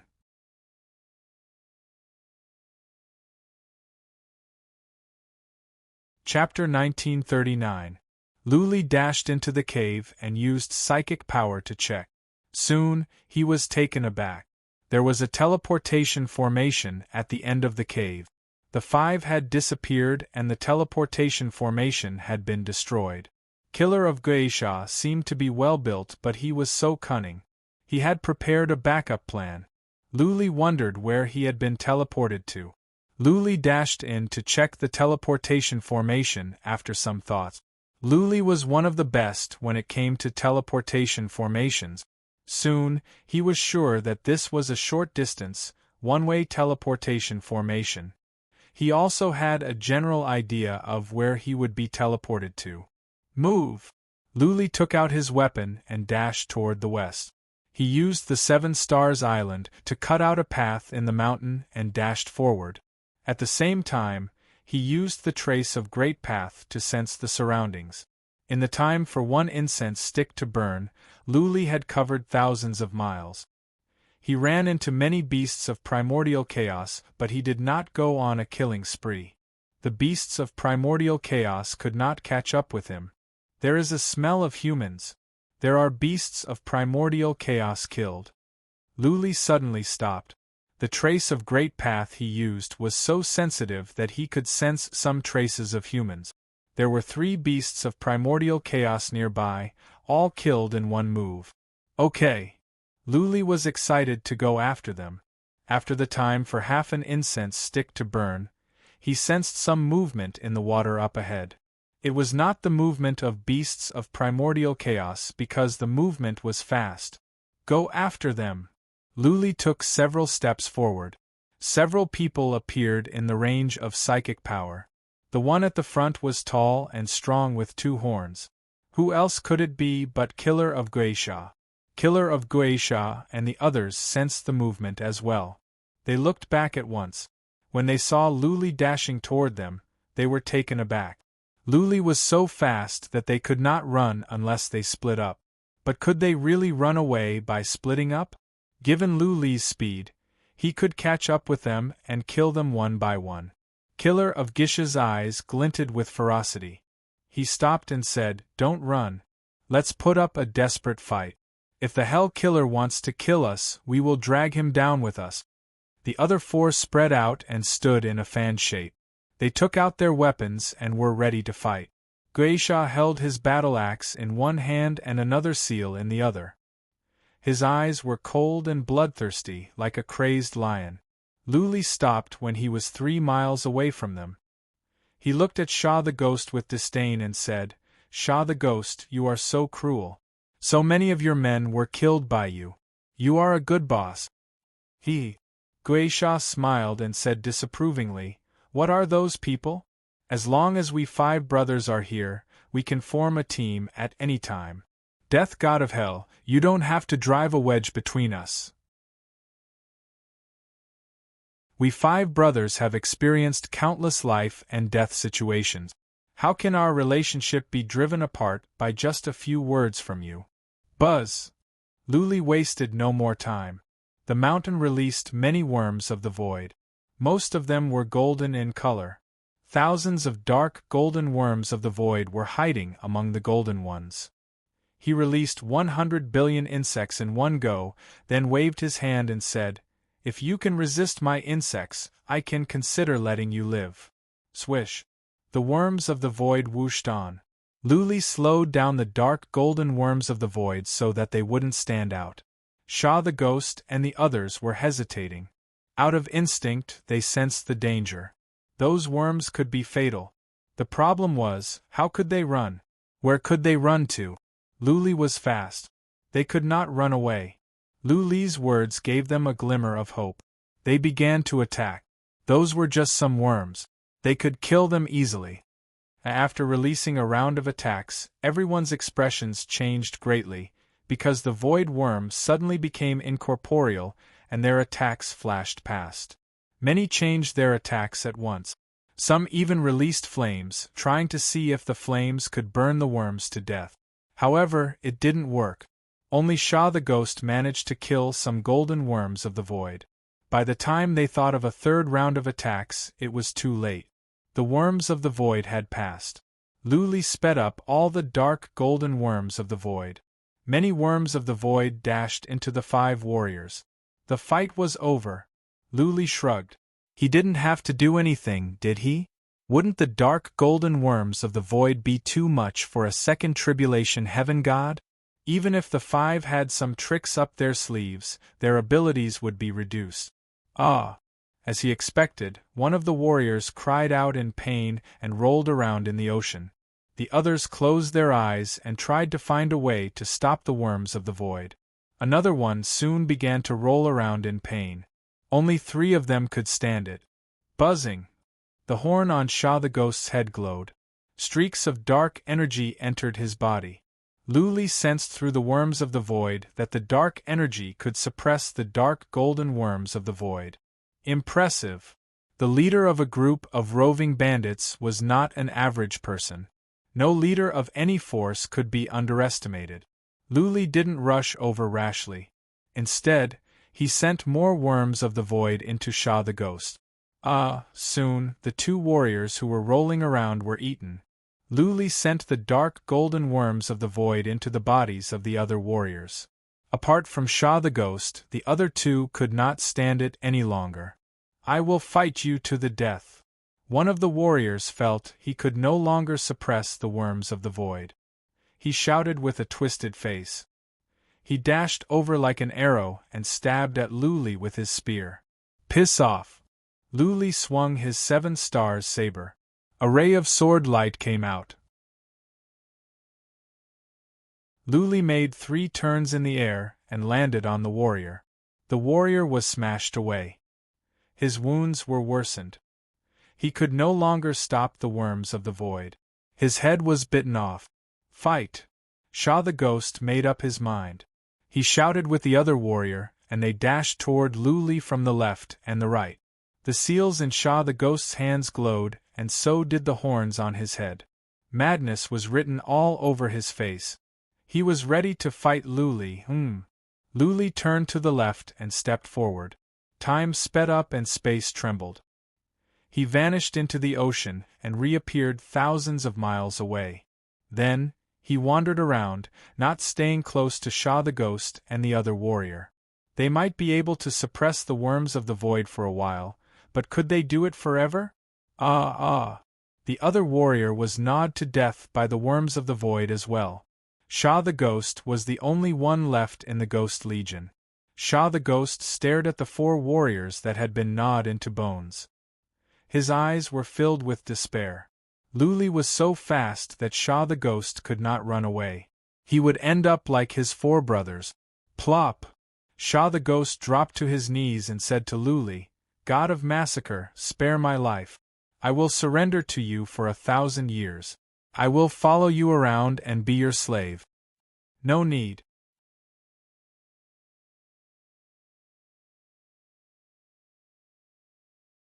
Chapter 1940. Luli had made it clear that he didn't want soul slaves, which meant he was going to kill Geisha. Gisha's eyes were filled with killing intent. There was nothing more to say. He had to fight with all his might. He didn't make a move right away because Luli was too fast for him to get close. His eyes flickered. Suppressing his anger, Luli raised the hand seal and said, Hell Killer, I have a secret skill. This is the seal. I cannot make it to its peak state yet. If you can learn it, you can make it and you can kill an average 3 tribulation heaven god. Luli seemed to be smiling. He reached out his hand and said, Let me see. If it is powerful, I will think about it. Don't think I am an idiot. Geisha sneered. I would rather destroy this skill if I can't keep myself alive. Then destroy it. Luli waved his hand casually and said, This seal is too obvious. Even warriors at the peak of the 2nd tribulation can sense it and run away, not to mention 3 tribulation heaven god. What is the use of it? That is because I haven't fully understood the patterns in it. I cannot build some of them. Geisha explained, I cannot build the 3 most important ones. Otherwise, you wouldn't have sensed it and you would have been killed. Make an almighty oath. As long as you don't kill me, I will give you the skill. I can make an almighty oath, Luli said casually, but you have to pay with divine origin gold for your life. 1 million divine origin gold and the skill and I can spare your life. 1 million? Gisha's eyes turned red. He shouted coldly, Hell killer, you have crossed the line. I don't even have 500,000 divine origin gold, let alone 1 million. Then go to hell. Luli made a move. He hacked at the 7 stars saber. The ray of sword light stirred up the seawater around. The ray of sword light twisted in midair, causing the seawater to tumble. Geisha tried to run away but he was slowed down. In the end, he was hit by the ray of sword light. Geisha could not kill Geisha because he had the primordial spirit armor. That being said, the move messed up the energy in Gisha's body. He could no longer control the worms of the void. Geisha screamed miserably. The weakest organs in his body had been bitten off. His entire body was in so much pain that he was trembling. In the face of a life and death crisis, he reacted very quickly. His horns lit up, and streams of black energy entered his body, suppressing the void worm once again. When he was about to run away, he suddenly realized that Lu Li's attack contained a soul attack. His soul was frozen for a moment. Tens of thousands of sword wills surged over, like tens of thousands of needles, stabbing over from all directions. Hiss! He had just resolved the soul attack when Lu Li's second ghost slash came.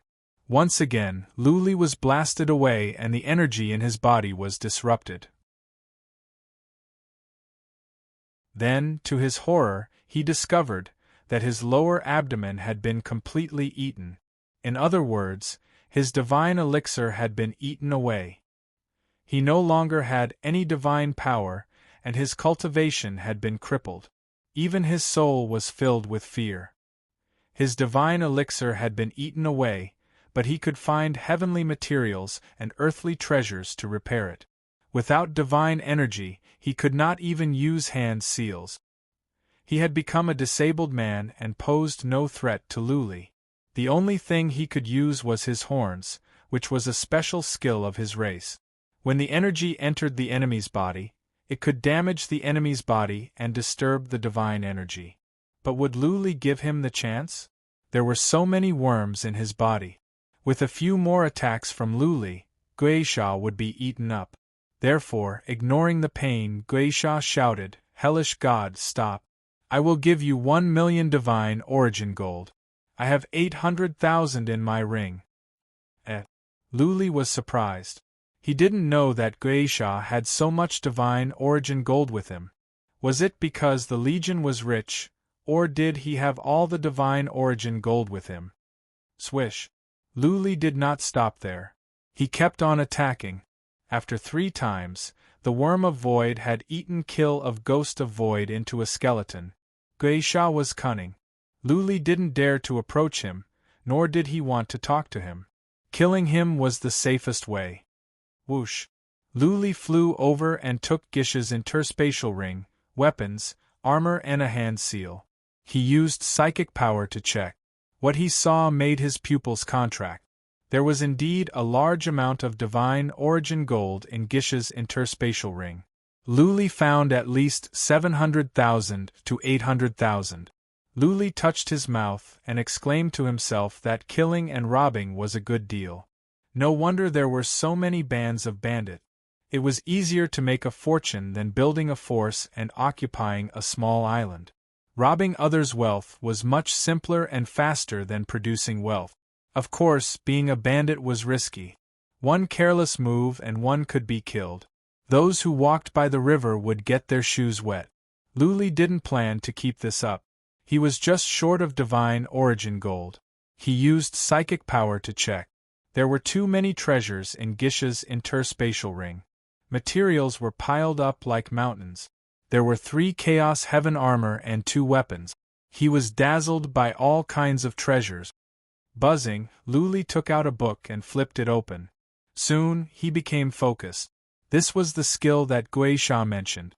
It was a book on forging artifacts. There was a lot of knowledge about divine glyphs and detailed explanations. Not only was there the method of making seals, but there were also two kinds of strange artifacts. There were beasts of primordial chaos coming over, but they were all devoured by the worms of the void. Luli checked for a while. Then, he packed up and dashed toward the sea. Beasts of primordial chaos were not scary. That being said, this was not a good place to study after all. Luli snuck around for over 2 hours and found an island to hide in. He could not wait to take out the book and read it. He learned forging artifacts from Patriarch Gu in the divinity for a period of time. Therefore, he was interested in it. More importantly, the 3 magical tools described in the ancient texts were all very powerful, and each had their own divine abilities. If he could refine them, they would be of great help to him in battle. These 3 types of magic tools were a magic seal, a physical body, and a magic shield. Seals were offensive artifacts. Guisha did not lie. According to the book, if a seal in the perfect form could be made, it would be powerful enough to kill a heaven god of 3 trials. Shields were offensive artifacts as well, and they could attack souls. They were strange and powerful. Clearly, the shield was a piece of defensive artifact. According to the book, a perfect shield could withstand the strongest strike from a warrior at the peak of the 3rd tribulation. The 3 artifacts were one-time use. For example, once the seal exploded, it would be gone. It was the same for the shield, which could only withstand 1 strike. That being said, if a seal could kill a heaven god of 3 trials and a shield could withstand an attack from a warrior at the peak of the 3rd tribulation, the artifacts were impressive. If he could make some and carry them with him, they would be powerful weapons to save his life and kill his enemies. It was not difficult to make the 3 artifacts. The key was the divine patterns. Without studying the divine patterns, one could never make the 3 artifacts in one's entire life. Luli was not pressured in this regard because he had Bloodvine. He could leave the divine patterns to the Bloodvine. When the Bloodvine was done, Luli could start collecting materials to make the artifacts. P.S. Today is the last chapter. Let me slack off for a day because today is the old monster's birthday.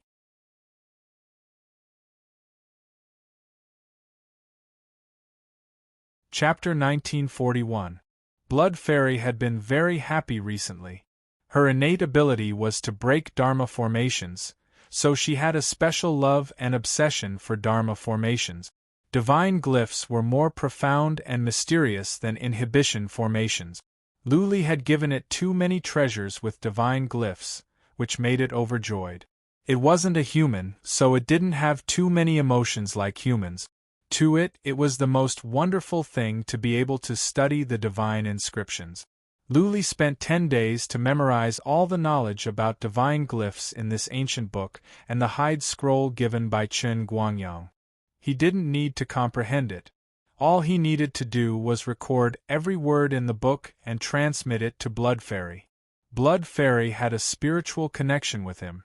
She had a special divine ability that allowed her to obtain knowledge from his soul. She was like a clone of him.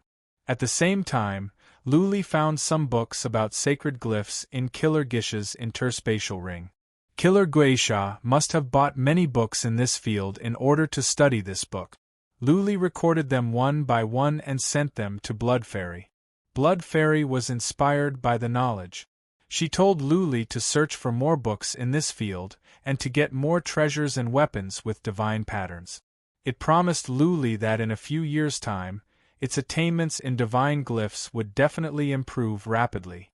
In the future, not only could it help Luli decipher divine glyphs, it could even build many powerful dojos of divine glyph. Luli did not doubt Blood Fairy's abilities at all. He made a mental note to himself that he must get his hands on any books related to this. After all, he did not have to study them himself. If Blood Fairy could comprehend it, it would be the same for him. Luli opened the interspatial rings of the other bandits one by one and began to sort through the spoils. Ordinary bandits did not have much divine origin gold in their rings. They only had less than 100,000 pieces of divine origin gold in their rings. The other four had more divine origin gold on them. They had more than 300,000 pieces of divine origin gold in total. Not bad, the ghost-killing corps is very rich. In total, Luli had gained more than 1.2 million pieces of divine origin gold after wiping out the Ghost Killer Corps. He was quite satisfied with the result. If this went on, he only had to rob another bandit corps, and it would be enough for his travel expenses. And we will stop once we have collected enough travel expenses. Luli reminded himself not to be greedy on the thought of Ghost Killer's means. All the leaders of the forces could not be underestimated. One careless move and he could be killed. In this world, to become a leader, one had to have something unique about them. To be able to become the leader of a bandit army and still be alive meant that one was definitely not an ordinary person. I'll rest for a day and then go rob another bandit corps. Luli sat down with his legs crossed to recharge his strength. He was ready to leave as soon as he finished the last job. While he was hiding on the island, the outside world was in an uproar again. The news that Luli had intercepted the Ghost Killer spread out. There were 2 top-level scouts of the Ghost Killer, and they were of special races. It was because of these 2 scouts that Luli alarmed the Ghost Killer and the others outside the cave. These 2 scouts had an innate magical ability that allowed them to completely hide their auras. The auras they were talking about were not the auras of ordinary warriors, but the auras of living creatures. When they retracted their energy, they didn't seem to be alive. They had become 2 pieces of stone. Luli couldn't sense anything when he used psychic power to check. Why would Luli care when there was no aura of living creatures? After Luli killed the Ghost Killer, the 2 scouts ran away and went to another bandit corps. They spread the news that the Ghost Killer was wiped out by the Hell Killer. Ghost Killer. He was a bandit leader who was as famous as Zhang Tianhao. He was the most cunning one. He had wiped out many small forces. Many small forces were overjoyed when Luli wiped them out. At the same time, many people were more afraid of the Hell Killer. When the scouts of the Hall of Black Flames heard the news, they hurried to the area at once. 2 days later, the scouts of the Hall of Black Flames arrived at the area and found the bones of many people killed by Luli. When Luli killed the more than 1,000 warriors of the Ghost Killer, he released many golden worms of the void. The worms of the void could only gnaw away the flesh of the warriors, leaving the bones behind. Since Luli was in a hurry to go after the Ghost Killer, he didn't destroy all the bones which left many traces. Also, the worms of the void were killed and their bodies were left behind. Worms of the void, the Hell Killer, Luli. More than 10 scouts of the Hall of Black Flames came. They checked carefully and confirmed Luli's identity. They had collected detailed information about Luli and they knew all the skills Luli had. With the remains of the worms of the void, the scouts had no more doubts. They left at once and sent the news back to the Hall of Black Flames. They didn't go after Luli rashly because that would alert the enemy. It had not been easy for Luli to leave the Omen Island. This was a golden opportunity. Luli was a disgrace to the Hall of Black Flames. Even though the master of the Hall of Black Flames didn't kill Yen Hong last time, he did punish him severely. Yen Hong hated Luli to the core. Don't act rashly. Just keep an eye out. We will open the space portal and we will be here soon. 1 day later, in a secret branch, Yen Hong's news was sent over. The scouts were cheered up. Yen Hong was going to open the space portal, which would shorten their travel time. They would arrive in 10 days or half a month at most. Also, Yen Hong said us? This time, Yen Hong would not be the only one. There might be other patriarchs or even a great patriarch. Yen Hong was a 3-tribulation heaven god. There would be at least 2 of them. Once they locked onto Luli, they would kill him in one move. Luli came out from cultivation. Same as before, He went to some scouts to ask for some information. Those scouts knew the situation around here the best. They knew everything as soon as Luli asked. He didn't expect that the news of him killing the ghost killer had spread out. 2 scouts got away. Luli felt he had been careless. That being said, he didn't mind. If he could get hundreds of thousands of divine origin gold from robbing another group of bandits, then he would have enough for his travel expenses and he could go to the Sea of Storms. He set his sights on a group of bandits that was as famous as the 7 Luminaries Legion and the Ghost Killer Legion. Its name was the Eagle Legion. The number of people in this legion was just over 500 and there were 3 warriors at the peak of the Second Tribulation. The leader, the Eagle Legion, was said to be very fast. He was proficient in assassination skills and unpredictable speed. How fast could warriors at the peak of the Second Tribulation be? Could they be faster than him? Assassination skills? Luli's defense was impressive. He had the dark golden worms of the void and the ghost killer. He was not afraid. It was said that this legion had robbed many small and medium-sized forces. They must be rich. They are at the Furious Island? This was the only thing that bothered Luli. It was said that the Eagle Legion wanted to negotiate with an alliance and join them to fight for the Furious Island. Therefore, they had been near the Furious Island. But it seemed that the result of the negotiation was not ideal. After all, the 4 alliances were strong and not in need of manpower. Therefore, the Eagle Legion had been hiding there. Who cares? I don't want to go to the Furious Island.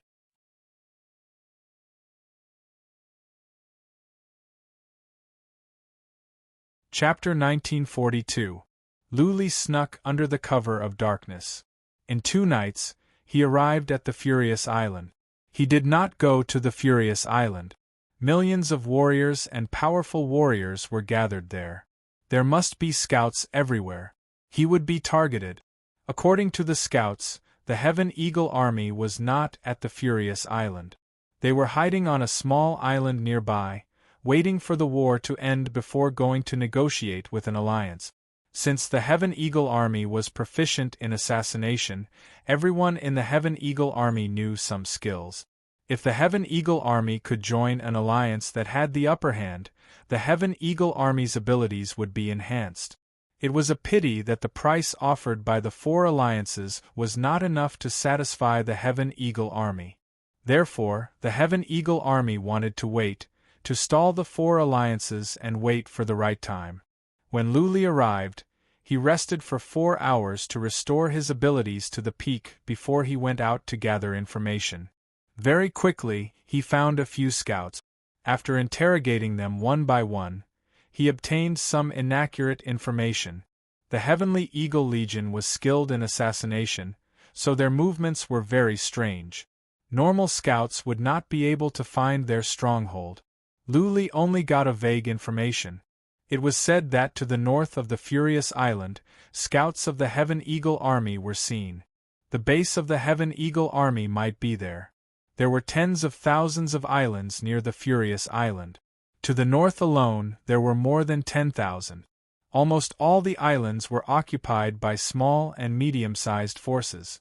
If Luli wanted to find the Heaven Eagle army, he would have to go to the islands one by one. Luli didn't want to rob the small forces. He could not get some divine origin gold and he would be exposed. Luli had to sneak to the north patiently. He threw the scouts into the wicked bead. Though he didn't want to kill them, he could not let them go or his whereabouts would be exposed. There were forces, big and small, stationed on the islands. Luli snuck under the sea in a low profile and found scouts everywhere. Fortunately, he had the trace of Tao, which gave him keen senses. He could avoid the scouts easily and sneak along. In 4 to 6 hours, Luli arrived at the north of the Furious Island. He didn't go to the surface.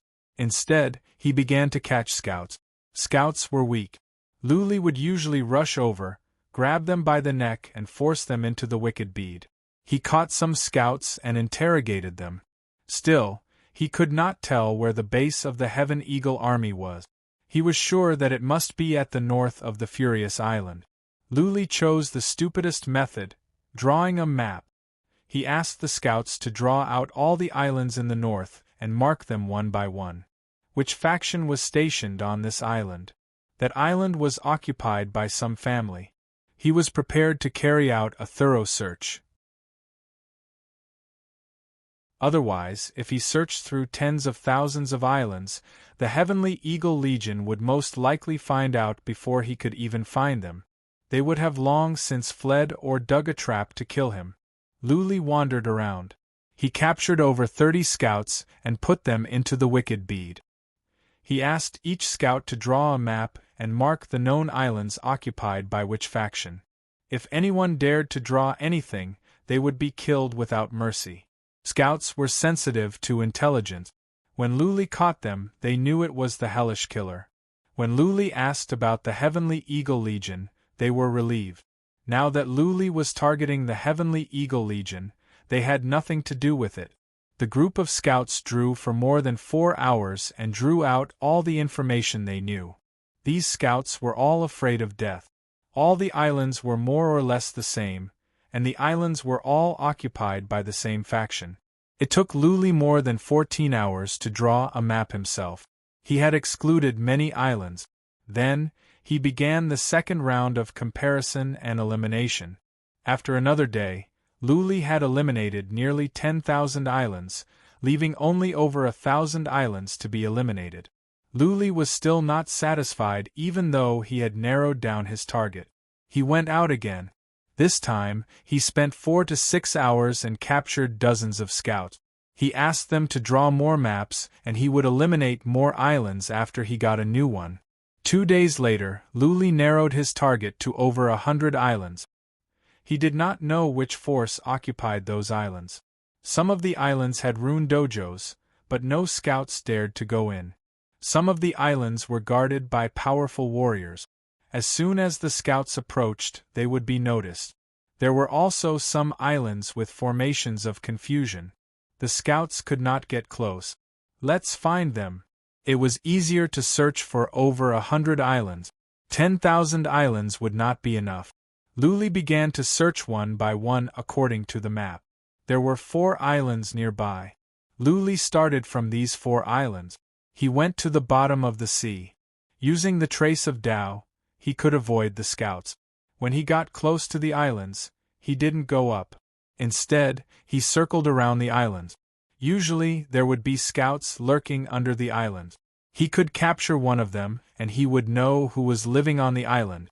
No. The first island was where a middle-level force was stationed. The second island was where a reclusive family was stationed. The third island was where several powerful independent cultivators were stationed. Luli was efficient. He felt lucky that he didn't act rashly. Otherwise, if he had angered some reclusive families or independent cultivators, he would have been in big trouble. It seemed that the fight for the Furious Flames Island was not simple. The 4 alliances were fighting with their lives on the inside, but there were many forces, independent cultivators and reclusive families lurking behind. Nobody could tell who would win the Furious Flames Island in the end. Luli was even more careful as he went on. On the 3rd day, Luli had checked more than 80 islands. Today, he finally found the Heavenly Eagle Legion. He caught a scout under a medium-sized island. He interrogated him and found out that the Heavenly Eagle Legion was stationed on the island. But according to the scout, there were some dojos on the island and there were 8 hidden sentries. It would be difficult for Luli to sneak in quietly. The scout did confirm one thing. The Heavenly Eagle Legion was wealthy. They killed many small and medium-sized forces not long ago. The Heavenly Eagle Legion had a conservative estimate of 1 million divine source gold bars. There are dojos on the island? Luli was in a dilemma. Dojos on the island were strange. He could be killed if he was not careful. Blood Fairy was not good at runes yet. Otherwise, Luli would not have hesitated. The dojos were set up by the second leader. The scouts did not understand. They were just following the route told by the second leader to avoid triggering the dojos. Therefore, the scouts did not know the specific functions of the dojos. Let's do it. After the time for one incense stick to burn, Luli decided to make a move. He had spent a long time to find the Heavenly Eagle Legion. He would not give up on the next target. The Heavenly Eagle Legion was wealthy. Luli could leave after this. This place was too chaotic. Luli didn't want to stay here any longer. He had better go to the Sea of Storms as soon as possible. Luli sneaked up from the bottom of the sea. He had been using the trace of Great Tao. Before he set foot on the island, he had already found 3 scouts. He killed them easily.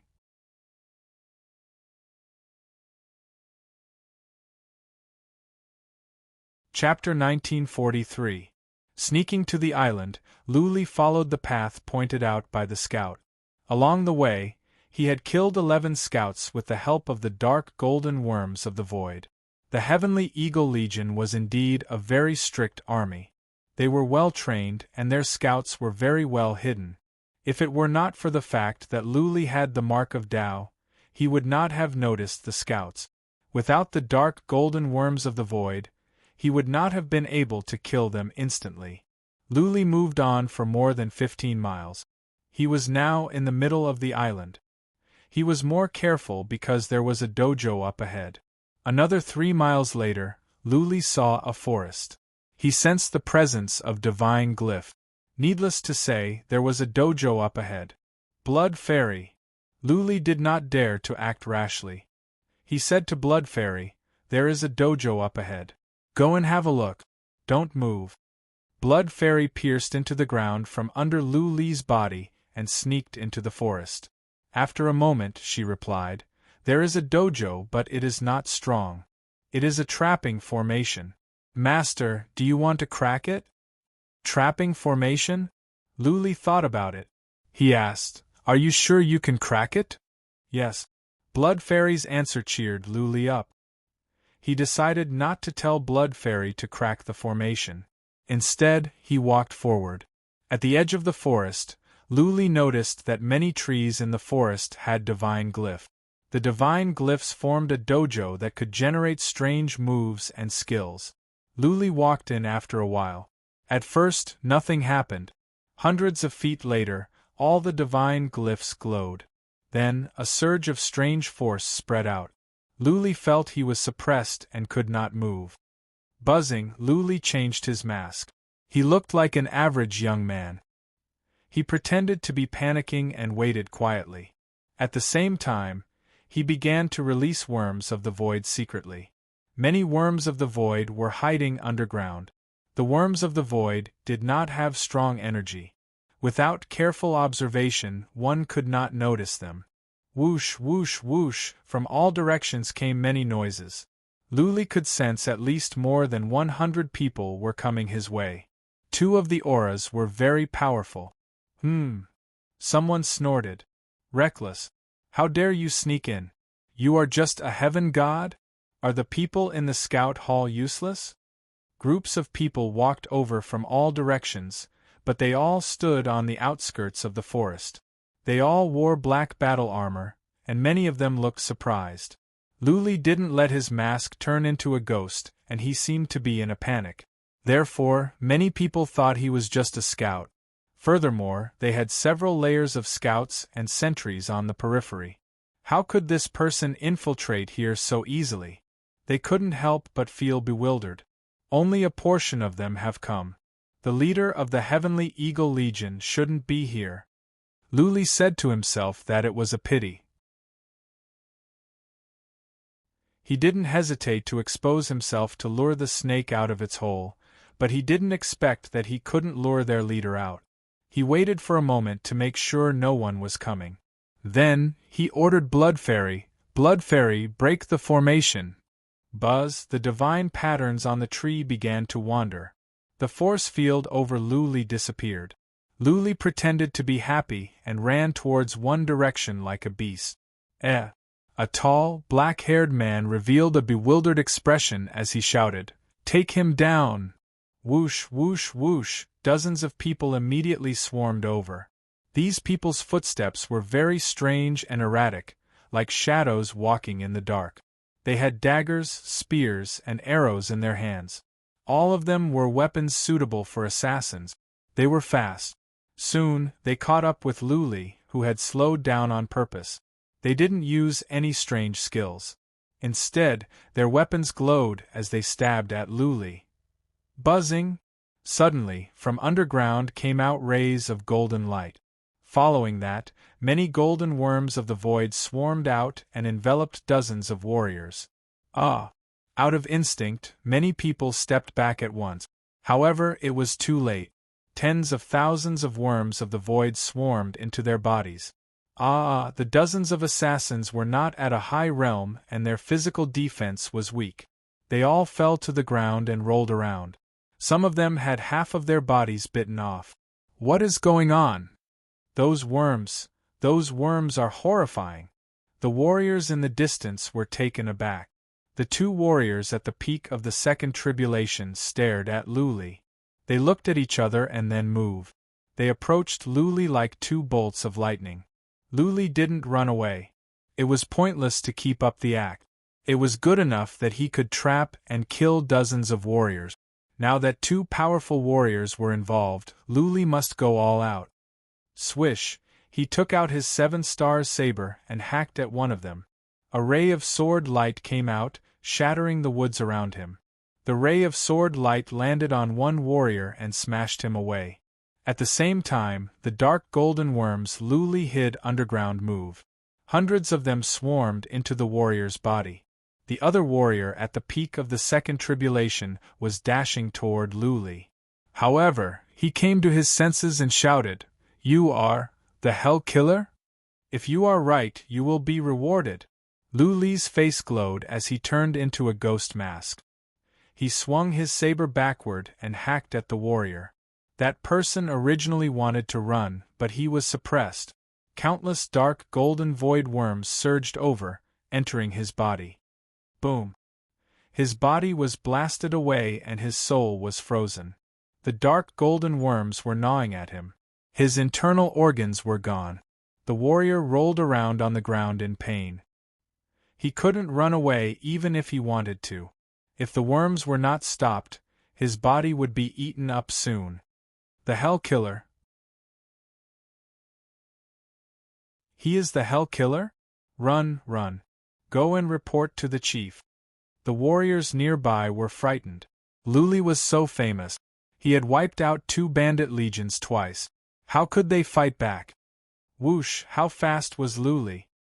He dashed on like a gust of wind. He didn't attack. He just released the worms when he caught up with them. Those average warriors couldn't even stop the golden worms, let alone run away. "Brother! What is going on?" A shout came from the distance. A warrior at the peak of the second tribulation, who was rolling on the ground, shouted, "Brother, run! It is the Hell Killer!" "Brother?" Luli's eyes glowed. He was looking for the Heaven Eagle. No one here could escape. They would be eaten by the worms of the void. Luli rushed toward the source of the voice. He sped up to the maximum. In an instant, he covered 300 miles and found the leader of the Heaven Eagle Legion, Heaven Eagle. There was no other way. Heaven Eagle was coming with a group of warriors. His chi and energy were so strong that it was hard not to be noticed. The Hell Killer? The Heaven Eagle was not tall and he looked average.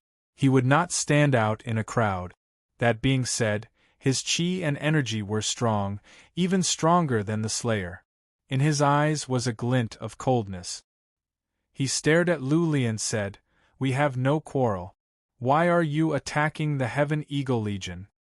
Why didn't you say you had no quarrel when you intercepted those small forces?"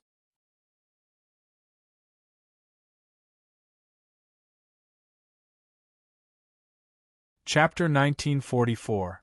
2 million. Eagle of Heaven sneered. They had worked so hard to rob hundreds of small forces, and they might not even have 2 million. Luli wanted 2 million right off the bat? Did he really think he was invincible? Eagle of Heaven did not like to waste time. He waved his hand and said, "Kill him!" Whoosh! The 200 to 300 warriors with him spread out at once and dashed toward Luli in a ghostly manner. The way they moved was elusive. They were clearly coming this way, but they would appear on the other side as if they were ghosts. Shoot! Before they could get close to Luli, many had taken out their sleeves. The sleeves were covered in divine patterns and glowed in green. Clearly they were poisonous. Everyone didn't just shoot one sleeve dart, but dozens. In an instant it felt like the sky was filled with sleeve dart. More importantly, the sleeves were covered in divine patterns. Therefore, it was as if the sleeves were alive. They were wriggling in the air like vipers, trying to bite Luli into a pile of bones. Whoosh!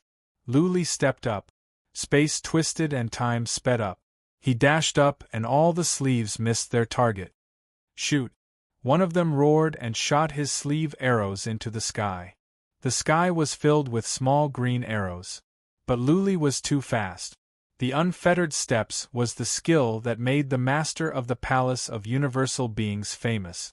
It was well known at the second heaven, not to mention that Azura had perfected the unfettered steps after being locked up for hundreds of thousands of years. Luli vanished into the distance. While the others were at a loss of what to do, Luli came back. Swish, this time, Luli did not give them the chance to make the first move. He used his ghastly strike from the distance. The ray of sword light made 3 turns in the air. The mighty power in heaven and earth came down. The warriors were slowed down. Boom! The ray of sword light smashed away 3 or 4 of them. All of them were smashed into pieces. Luli came over, but he did not stop. Instead, he released hundreds of thousands of golden worms of the void and hundreds of dark golden worms of the void. Those assassins were insidious and cruel. Luli was fast and had the worms of the void. He did not need to engage in close combat with them. Once the worms of the void entered his body, those warriors would die. Luli, fight me face to face if you have the guts. Sky Eagle roared. He saw many insects rushing into his subordinates' bodies. Many of them immediately fell to the ground and screamed miserably. He leaped up and dodged the dark golden worms of the void easily. He kept yelling at Luli, trying to provoke him into a face-to-face fight. Rip! A ray of sword light came. This time, it was aimed at the Sky Eagle. What surprised Luli was that the Sky Eagle twisted its body and disappeared on the spot. It forced itself into the void. Only when the ray of sword light passed did the Sky Eagle come out from the void. Luli dashed over, leaving behind hundreds of thousands of golden worms and hundreds of dark golden worms. Before he left, he used Ghostly Slash to kill several enemies. Guerrilla tactics. Luli had found a new tactic. He was so fast that he didn't know how to use it before. This time, he came to his senses and began to explore this special battle strategy.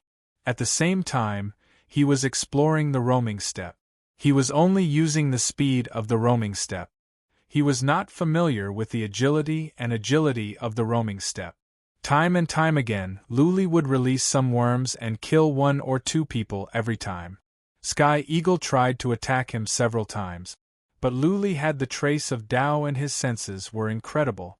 He could use the roaming steps to get around Sky Eagle and kill his subordinates first. The trace of Tao and the roaming steps are the perfect combination. Luli exclaimed to himself. The speed of the roaming steps and the strong senses of the trace of Tao made him feel like a fish in water. Sky Eagle was proficient in all kinds of assassination skills. However, there was no place for him to use his skills. Luli could sense Sky Eagle's presence and dodge in advance, so that Sky Eagle had no chance to make a move. One by one, Sky Eagle's subordinates died. Soon, more than half of them died. Sky Eagle's eyes were bloodshot. He had tried to kill Luli many times, but he could not even touch Luli's sleeve. Sky Eagle had many ways to kill Luli. The problem was that he had to get close to Luli. There was only one way that he could attack from a distance. Sky Eagle had done this many times. Unfortunately, Luli was as slippery as a loach. I must go or I will die here as well, Sky Eagle thought. When Luli flew away again, Sky Eagle snuck into the void and covered dozens of miles in one go. He was out of the island. You want to run? A cold voice came. Sky Eagle turned around and saw that Luli had caught up with him. A red glow rose in Sky Eagle's eyes, but he did not attack.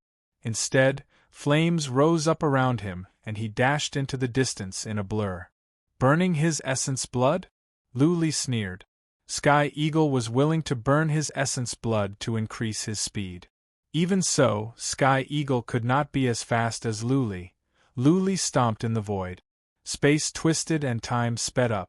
Luli caught up with Sky Eagle. Swish, Luli wielded his 7 stars saber and released the ghost cut. Sky Eagle was the leader of the Sky Eagle Legion. Most of the divine origin gold and treasures should be with him. How could Luli let Sky Eagle run away? Sky Eagle's speed was horrifying after burning his essence blood. However, when the ray of sword light came, Sky Eagle was slowed down. In the end, he was smashed away. The sword intent of ice began to attack. The moment Sky Eagle's soul was frozen, thousands of sword intent began to strike at his soul. Sky Eagle's soul was not strong. When he came back to his senses, the ray of sword light came again. Luckily, Sky Eagle was wearing the primordial spirit armor, which was quite strong. Therefore, he was only smashed away and suffered some minor injuries. Whoosh, whoosh, whoosh, they had flown for thousands of miles away from the island. Their attacks had attracted many scouts nearby. Many scouts were alarmed and came over. Turning ray of sword light? Is that the Hell Killer? That is the Hell Killer. He is at the first tribulation and he is fast. He is wearing a ghost mask. He must be the Hell Killer. Who is he going after? I think it is Sky Eagle, the leader of the Sky Eagle Legion. I think so. Hiss, hiss, the Hell Killer is so powerful. He is going after Sky Eagle. Sky Eagle is famous for his assassination skills. Go back and report. Luli's unique move was recognized immediately. Sky Eagle was a famous warrior as well. The fact that he was recognized by the scouts caused a sensation. Hell Killer, you want to kill me? Not so easy. Sky Eagle suddenly bellowed. The interspatial ring on his hand glowed as he took out a red fruit. He swallowed it and his chi and energy grew 10 times stronger. That being said, he did not attack Luli. Instead, he flew toward the south in a blur. He was as fast as Luli. What kind of fruit is that? Luli was surprised. The leaders of roving bandits were not to be underestimated. They all had life-saving skills. Luli snorted.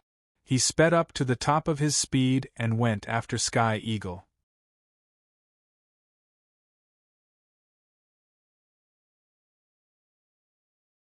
Chapter 1945. Wait after the time for half an incense stick to burn, Luli saw a huge island in front of him. His expressions changed. They were flying to the south. What was there? The Furious Flames Island. Tian-Ing was smart enough to run toward the Furious Flames Island.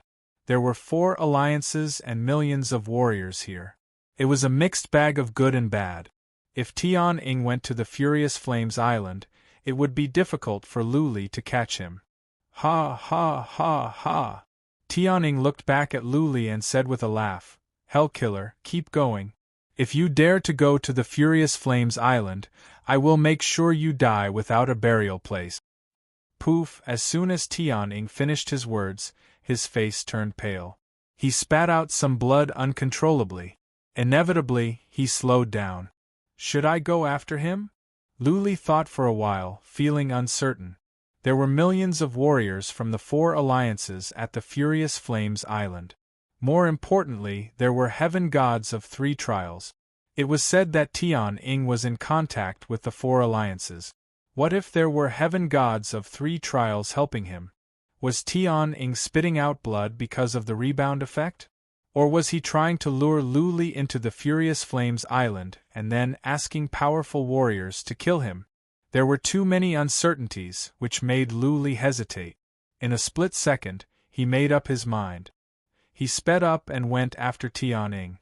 There were heaven gods of 3 trials at the Furious Flames Island, but none of them were strong.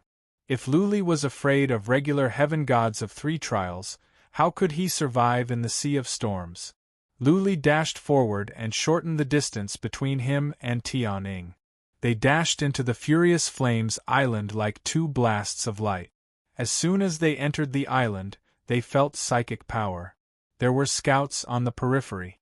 Naturally, they would be noticed as soon as they came in. Tian? He is being chased? Yes, it is Tian. Who is chasing him? He is wearing a ghost mask and he is a heaven god of 1 trials. Is it the Hell Killer? Report it! Release the signal detonator. The scouts at the edge of the island were in an uproar. The situation on the island was complicated to begin with. Since Sky Eagle and Luli were charging in, naturally, all the scouts were alerted. Messages were sent to the depths of the island. Bang, bang, bang, flare after flare shot into the sky and exploded in midair. As Skyhawk and Luli rushed forward, the scouts along the way released flare after flare. The 2 of them were too fast. The scouts couldn't even send a message in time. They could only release signal flares as a warning along the way. Skyhawk's expressions were getting more and more awful. His speed was fluctuating. He must not be faking it. Luli could sense that Skyhawk's chi and energy were weakening. Hiss from afar, Luli cast Ghost Slash. Unfortunately, he was too far away and couldn't suppress Sky Eagle. When the latter sensed the saber light flying towards him, he forcefully spat out a mouthful of blood. His body ignited with raging flames, and his speed increased once again. Sky Eagle, how much blood essence do you have left to burn? The effect of the medicine is about to wear off, right? Luli chased after him slowly and said mockingly. Sky Eagle turned around with a sinister look in his eyes. He sneered and said, "The 4-level Alliance's encampment is up ahead. Hell's killing god, you once tried to kill young Master Chen, right? If you have the guts to chase after him, Island Lord Chen will twist your head off." 4-level Alliance? Luli groaned inwardly. How did all the bad things come together? At this point, Luli could not leave. He made up his mind and went on. Hiss, Luli kept releasing Ghost Slash. Even though the distance was far and the effect was limited, it was a good thing to be able to slow down Sky Eagle. After releasing it 3 times in a row, the Sky Eagle's speed was finally affected. It was slightly suppressed by the pressure of the world, and its speed was greatly reduced. Okay. Luli shortened the distance between them and released Ghost Slash again. This time, Sky Eagle was in a worse state. His speed was slowed down and he was hit by the slash. Bang! The Sky Eagle was blasted away and smashed into a mountain. The mountain was split into 2 by Shoddy's Ghost Slash, leaving a deep ravine in it. Nice! Luli was overjoyed. Sky Eagle was about to run out of energy and would enter a period of weakness soon. This was the best chance for Luli to kill Sky Eagle. Luli flew over and swung his saber again. At the same time, he released the dark golden worms of the void and sent them towards Sky Eagle. Luli retrieved some dark golden worms of the void, but there were still over 1,000 on the island. He planned to collect them after he killed Sky Eagle. However, he could not afford to waste time. He released more than 2,000 dark golden worms of the void at once. Whoosh, whoosh, whoosh! Right at that moment, he heard some noises coming from the distance. Luli did not even have to check. He could tell that dozens of powerful warriors were approaching. Luli paid no attention to the incoming warriors. He hacked at Sky Eagle again and again, not giving Sky Eagle any chance to run away. The dark golden worms of the void swarmed out from underground and dashed into Sky Eagle's body. "Nah!" Luli yelled.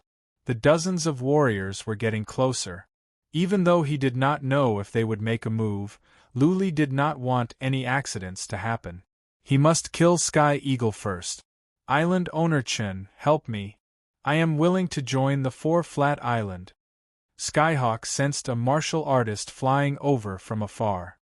He scanned the area with his divine will and shouted loudly while he was still conscious. The void worms had already begun to gnaw at his body, and as he shouted, his internal organs were being gnawed away. From the distance came a shout, "Hell Killer? Get out of the Furious Flames Island or I will kill you." Luli used psychic power to check. A middle-aged man in a luxurious robe was coming with dozens of powerful warriors. The weakest among them was at the peak of the second tribulation, and there were two-third tribulation heaven gods. Go to hell! Luli yelled and hacked at Sky Eagle again. His soul was frozen, and he could not suppress the worms of the void. Half of Sky Eagle's body was gnawed off, and so was his soul. An interspatial ring, an armor, and a weapon flew out from his body. How dare you! Chen Tianfang was enraged, but Luli ignored him. Luli dashed down and put away the interspatial ring, armor, and weapons. Luli used psychic power to check the interspatial ring. He was delighted. Sky Eagle did not disappoint him. There was a lot of divine origin gold in the interspatial ring, at least 1,000,000. It was enough for him to travel to the Sea of Storms. By the time Luli put away all the worms of the void, Chen Tianfang and the others had come and surrounded him. Chen Tianfang glared at Luli coldly. He said in a cold voice, "Hell Killer, how dare you? How dare you kill Sky Eagle right in front of me? Didn't you hear that he said he was willing to join the Four-Flat Island?" Luli held the 7-star sword in his hand. He was calm. He stood there with pride, fearless. Chen Tianfang and the other Third Tribulation Heaven God were average warriors of the Third Tribulation. Luli still had a chance to escape. Yes.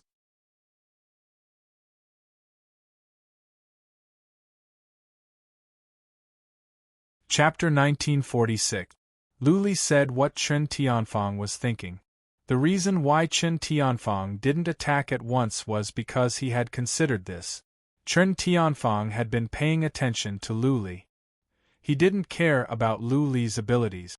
What he cared about was Luli's speed. Luli's speed was horrifying. If Chen Tianfang could not kill Luli this time, the consequences would be dire. Luli was killing all over the place. Average warriors could not stop him, which would affect Chen Tianfang's plan to conquer the Furious Flames Island. The thing was, Tian Ying stated that he wanted to go to the Four-Flat Island but was killed by Luli. If Chen Tianfang didn't do something, how could he maintain his prestige?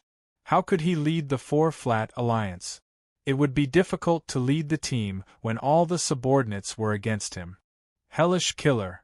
Chen Tianfang thought for a while and said coldly, "Kneel and kowtow to us today and we will let this go for your sake." As long as Luli kowtowed, Chen Tianfang's dignity would be preserved and his prestige would be enhanced. After all, Luli had wiped out several bandit groups. He had gained some fame. If Chen Tianfang kowtowed to Luli, wouldn't it mean that he was more powerful? By then, more people would be attracted to Luli. Piss off! Chen Tianfang was answered with one word. Luli stepped forward. Time sped up, space twisted, and Luli ran away close to the ground. You want to run? You are too naive. Chen Tianfang sneered. He punched forward. His hand penetrated through the void and reached Luli's back the next second. It was not an illusion, but a real fist. Luli had the trace of Tao. His senses were sharp. He turned around, swung his fist, and smashed at the incoming fist fearlessly. Energy surged out from the 720 acupoint. Luli's fist even made the air tremble. Boom! With a muffled sound, everyone's soul trembled. The two fists collided and the space around them cracked. Luli was smashed away and Chen Tianfang withdrew his fist as well. Hiss, hiss! Everyone looked at Chen Tianfang and saw that his body had actually swayed a few times, and his face had turned slightly pale. Everyone was secretly shocked. What Chun Tianfang did was not an average attack. It was one of his most famous skills, the Fist of Void. The strength was horrifying. However, Lu Li was only knocked away and Chun Tianfang himself was injured. Whoosh! On the other side, Lu Li flew away. While everyone was still in shock, he covered a distance of more than 300 miles in an instant and vanished into the sky, becoming a black dot. The group of people wanted to give chase, but they all stopped. Even Chun Tianfang couldn't catch up with this speed, right? It was no wonder that the hell-killing god was so fearless. With such extreme speed and such great power and defense, it was too difficult for a three-tribulation deity to kill him. Lu Li exclaimed to himself as he flew on. As a matter of fact, his hand was injured. Chun Tianfang's attacks were so strong that Lu Li's body could not stand it. Yang Kai flew towards the island where Heavenhawk Island was located at an extreme speed. There were still many spatial rings there, and most importantly, there were dark golden void insects. These insects were very difficult to split, so he couldn't just leave them behind. His return attracted the attention of countless scouts in the surroundings. Many people were guessing whether he had killed Sky Eagle or not. The fact that Lu Li dashed into the Furious Flames Island and came out unscathed made them exclaim. In the time for several incense sticks to burn, Lu Li returned to the island. To his surprise, some scouts came to investigate. But since there were so many void insects on the battlefield, the scouts didn't dare to get close. "Piss off or I will kill you!" Lu Li bellowed. The scouts fled at once. Lu Li flew to the center of the island and used psychic power to check. He didn't see the body of the deputy chief of the Heavenhawk Legion. Did someone steal his body? Or was the deputy chief not dead at all?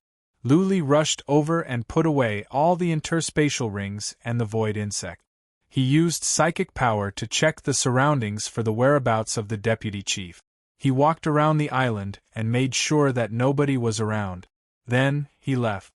It didn't matter if one of them ran away. He didn't want to stay here any longer. He had enough divine origin gold. He could leave by the teleportation altar. Of course, he wouldn't leave right away. Otherwise, he would be tracked down. He planned to leave the vicinity of the Furious Flames Island and hide on a small island for a couple of days. Then, he would sneak to a nearby island to teleport away. He dived into the sea directly. He would be a small target at the bottom of the sea. The scouts at the bottom of the sea could not find him. He was safe. He moved toward the east. He planned to go to a large island, the Black Water Island. That island was an affiliated island of the Boundless Island. There was a complete teleportation altar there. He could teleport from one island to another to the Sea of Storms. After half a day, Lu Li had covered hundreds of millions of miles. He found a cave at the bottom of the sea. He snuck in and built a formation to isolate the seawater. Then, he built another 2 formations to hide his energy and stay alert. Then, he fell asleep. He could leave the area after a couple of days of rest. Lu Li slept for 2 days. It was quite lively around here. The hellish killer took action again and wiped out the Heaven Eagle Legion. More importantly, Lu Li chased Heaven Eagle into the Furious Flames Island and killed him right in front of Chun Tianfang. Then, Lu Li escaped from the encirclement of Chun Tianfang and the others. For the super forces, Lu Li was nothing. But for the middle and small forces and average warriors, it was already incredible that he could wipe out a legion of roving bandits. How could he kill Heaven Eagle right in front of Chun Tianfang? For many people, Lu Li had become someone they could not afford to offend. Many clapped their hands and cheered. Others were worried. Would there be more variables in the fight for the Furious Flames Island because of Lu Li's appearance? On the 3rd day there was indeed a variable. The 3 alliances of the Furious Flames Island sent out their forces almost at the same time. They were going to join hands to attack the alliance of 4 leveling. Lu Li killed Heaven Eagle right in front of Chun Tianfang. Chun Tianfang's prestige was ruined. Inevitably, some of Chen Tianfang's subordinates were not convinced. The alliance was formed by the four forces. Now that their leader was humiliated, it was inevitable that their subordinates would lose their morale. The other three alliances took this into consideration and decided to join hands to attack the alliance of four leveling. They planned to destroy the alliance of four leveling first and drive them out of the Furious Flames Island. In this way, they would have one less competitor. Really? After Luli woke up, he asked around and was overjoyed. At first, he was wondering if he should kill some warriors of the alliance of four leveling. Now, he didn't have to do it. The alliance of four leveling would not be able to survive the joint attack of the other three alliances. Let's go. He had no reluctance to leave. He moved forward from the bottom of the sea toward the big island. It was time to go to the Sea of Storms. Luli suddenly stopped after only 6 to 8 hours. A glint of coldness rose in his eyes. From the trace of Tao came a sense of fatal danger. It was the same feeling he had when he encountered Uncle Shan of the Tianliang mountain. What is going on? He scanned his surroundings with his divine telekinesis, but did not find anything unusual in the vicinity. He dashed toward the sea after some thoughts. As soon as he broke out of the water, he saw 3 men coming from the distance. Their chi and energy were as profound as mountains. Clearly, they were heaven gods of 3 trials. Ha ha, Luli, how are you?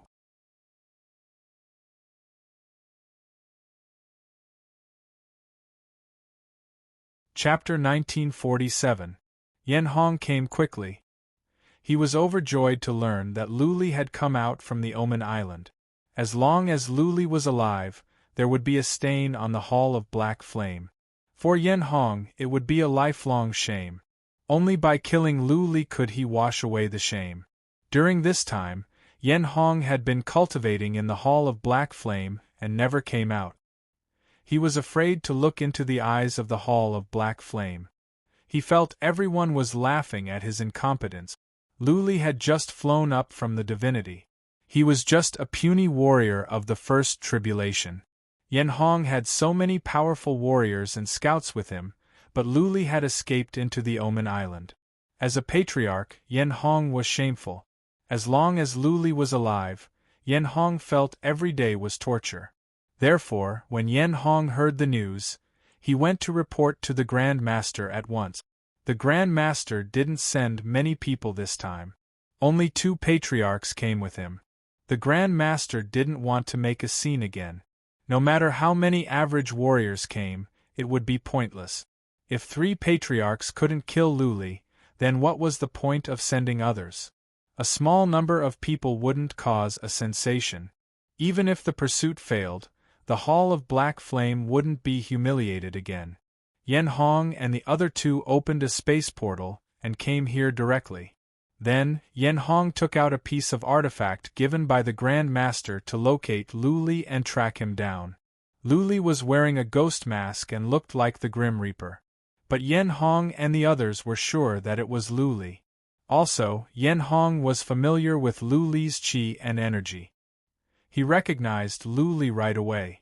Naturally, Luli could not fight against 3 third tribulation heaven gods.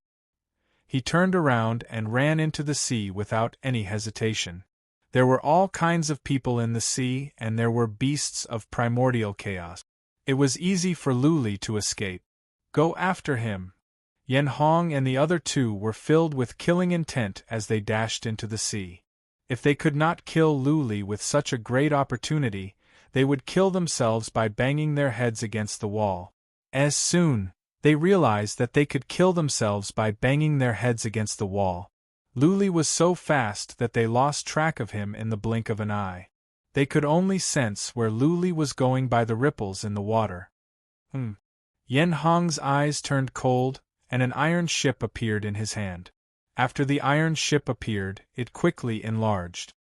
He leaped onto it and shouted, "Come on, let's go!" The other 2 patriarchs flew over. Yen Hong took out some black crystals and put them into the iron ship. The iron ship flew toward Luli in a blur. "Yen Hong, isn't this too wasteful?" The iron ship had a shield that isolated it from the seawater.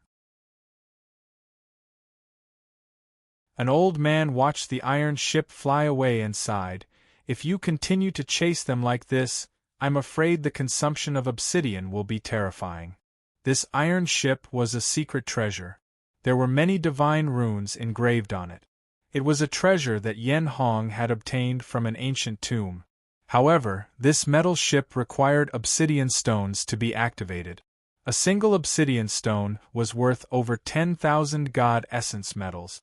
If they were to continue flying like this, the consumption of obsidian stones would be way too great. This was practically burning up god essence metals. Yen Hong's expression didn't change. He kept throwing in black stones and snorted, "I have accumulated more than 100 obsidian stones over the years. I don't mind using them all if I can kill Luli." More than 100 obsidian stones would be equivalent to more than 1 million god essence metals. At this rate, they would be used up in a couple of hours at most. In order to kill Luli, Yen Hong was risking his life. The iron ship was so fast, even faster than Luli. Yen Hong had a cyan-colored ancient disc in his hand. He kept using it to track Luli's location. The iron ship rushed to the surface of the water and flew close to the surface. Because of the high speed, there was a shrill noise which alerted many scouts in hiding nearby. "What is this treasure? How can it be so fast?" "Hush, there are powerful warriors on the iron ship. 3 tribulation heaven gods. 3 tribulation heaven gods? Are they here to fight for the Furious Flames Island? Go back and report to the chief." "It is very likely. They are flying toward the Furious Flames Island. The 4 alliances are fighting on the island. The participation of the 3 powerful warriors will add more variables.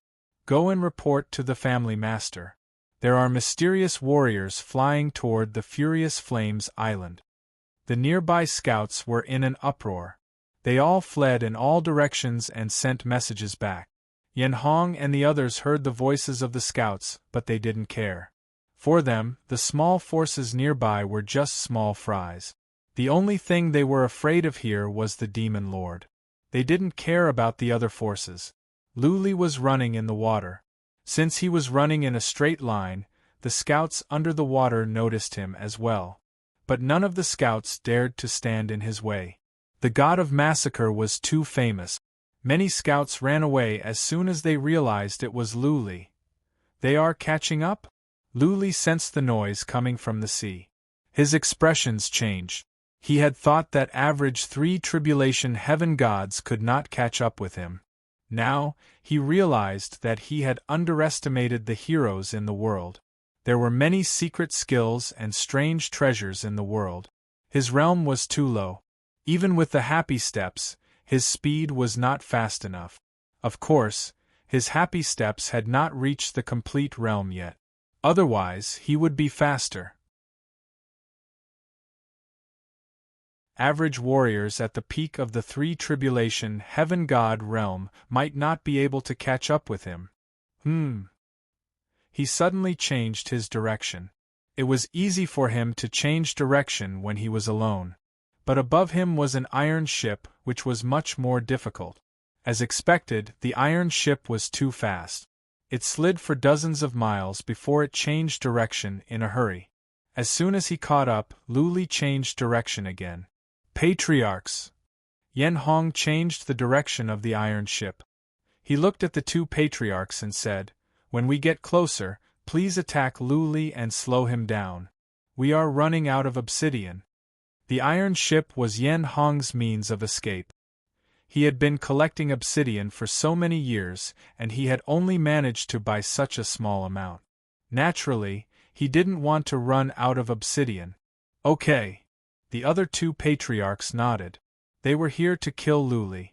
They would not let go of the chance. Otherwise, how could they catch up with Luli when they ran out of obsidian? Yen Hong focused on controlling the iron ship. Luli changed directions several times. Yen Hong changed the direction of the iron ship in time and followed closely. The iron ship was a bit faster than Luli. When the iron ship caught up with Luli, The two patriarchs could make a move at any time. Bang! Luli suddenly flew out from the sea. He wanted to run in the sea, but there was an island in front of him. The Island of Wrath. This was not a random encounter. Luli had planned this beforehand. The Island of Wrath was at war, and he wanted to bring Yen Hong and the others to the battlefield. It was chaotic over there, and he could take advantage of the chaos to run away. Yen Hong and the other two patriarchs were three tribulation heaven gods with strong abilities. However, there were 4 alliances at the Island of Wrath, and each alliance had several three tribulation heaven gods. Yen Hong and the other two patriarchs were nothing. Once they joined the chaotic battle, the 3 of them might even be killed. Okay, get ready. Seeing Luli flying up from the bottom of the sea, Yen Hong's eyes glowed. The 2 patriarchs rubbed their palms together. The iron ship was a bit faster than Luli. As soon as it caught up with Luli and the others, Luli would not be able to run away. Luli kept changing directions. Yen Hong tried hard, but it was hard to catch up with him in a short time. He had to close the distance bit by bit. Wait, 3 incense sticks. Yen Hong and the other patriarchs noticed something was wrong.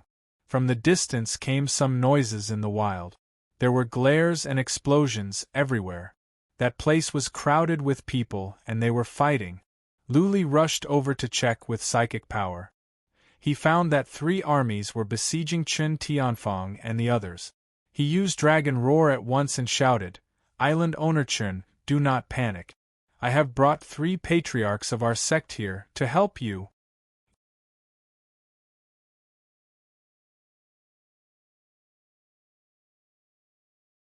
Chapter 1948. Island owner Chen was panicking. The 3 alliances were working together, and they could not stand it any longer. Luli telling him not to panic made him even more panic. Luli robbed his son and then killed Tianying right in front of him. Chen Tianfang attacked Luli and injured him. Now, Luli was here with 3 powerful warriors? Chen Tianfang's first thought was that Luli was here to make things worse and wipe them out once and for all. Chen Tianfang knew that Luli was not here to help, but the other 3 alliances didn't. Several powerful warriors checked with psychic power at once and saw Yen Hong and the others on the iron ship. Yen Hong's iron ship was his private property, not the property of the Hall of Black Flame, so it was not marked. The Hall of Black Flame was located at the Sea of Storms. Therefore, the powerful warriors here were not familiar with Yen Hong and the others. Out of instinct, they thought Yen Hong and the others were here to help Chen Tianfang. However, Yen Hong and the others only had 3 tribulation heaven gods. The other 3 alliances had 11 tribulation heaven gods in total.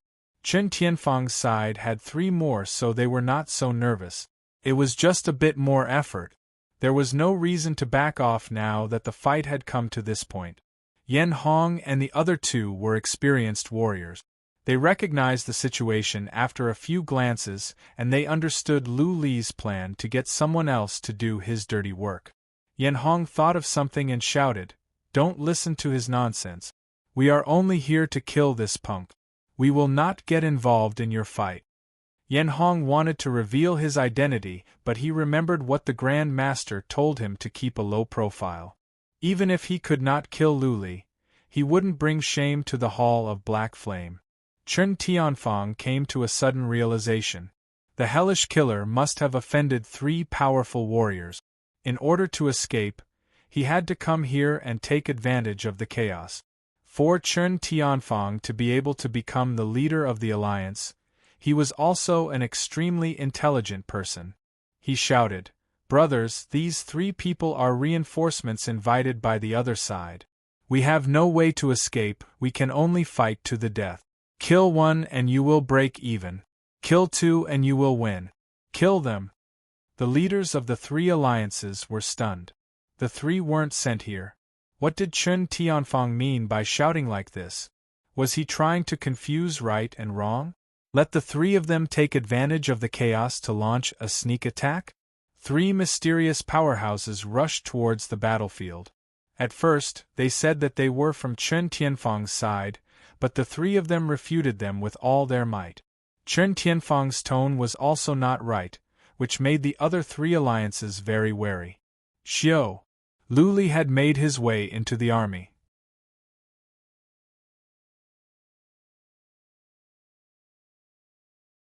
The three alliances had determined that Yan Hong and the other two were reinforcements invited by Chen Tianfang.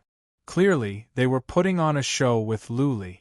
Their goal, of course, was to get closer and kill the powerful warriors on their side. How could they let Lu Li and the other two get closer? At once, 6 or 7 powerful warriors of the Third Tribulation flew up and charged at Yan Hong and the other two. "Piss off!" Yan Hong shouted. They were patriarchs of the Hall of Black Flames. Among the 36 forces of the Second Heaven, the Hall of Black Flames ranked among the top 10. Usually, patriarchs of the Hall of Black Flames would look down on the 3 tribulation warriors of the small forces. Now that they were under attack, they were enraged. Seeing Lu Li rush into the crowd, a patriarch kept his cool. After a round of attacks, he shouted, "Guys, there must be some misunderstanding. We are not from the nearby forces. We have no intention of getting involved. We are only here to hunt down that punk." Lu Li dashed around in the crowd. He waved his hands casually and smashed away one warrior after another. The formation was thrown into chaos. Hearing the patriarch's words, Lu Li shouted, "Yes, yes. Masters, we are really not on the same side. I am the uncle of the master of the Hall of Black Flames. These 3 are patriarchs of super forces of the Third Heaven. If you can save my life, I will ask my nephew to give each of you an island." Many people rolled their eyes. Lu Li had no sense of propriety when it came to bullshitting. The master of the Hall of Black Flames was a powerful warrior who had made his name a long time ago. He was at least tens of thousands of years old. Lu Li was so young and he was his uncle? These 3 were patriarchs of super forces of the Third Heaven? This was even more ridiculous. Although none of them had been to the Third Heaven before, they had all heard that the Third Heaven 3 tribulation heavenly gods were as common as dogs. With Yan Hong and the other two's battle prowess, if they were to go to the Third Heaven's super forces, they would probably only be able to be their janitors. Yan Hong and the other two almost spat out blood. How could Lu Li say that he was the uncle of the master of the Hall of Black Flames? If this were to be known, the 3 of them would be skinned alive by their master. "Lu, God of Hell, if I don't kill you today, I am not a Lord of Hell."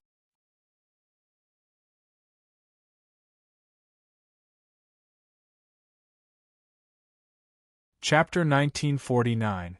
Yan Hong was about to lose his mind.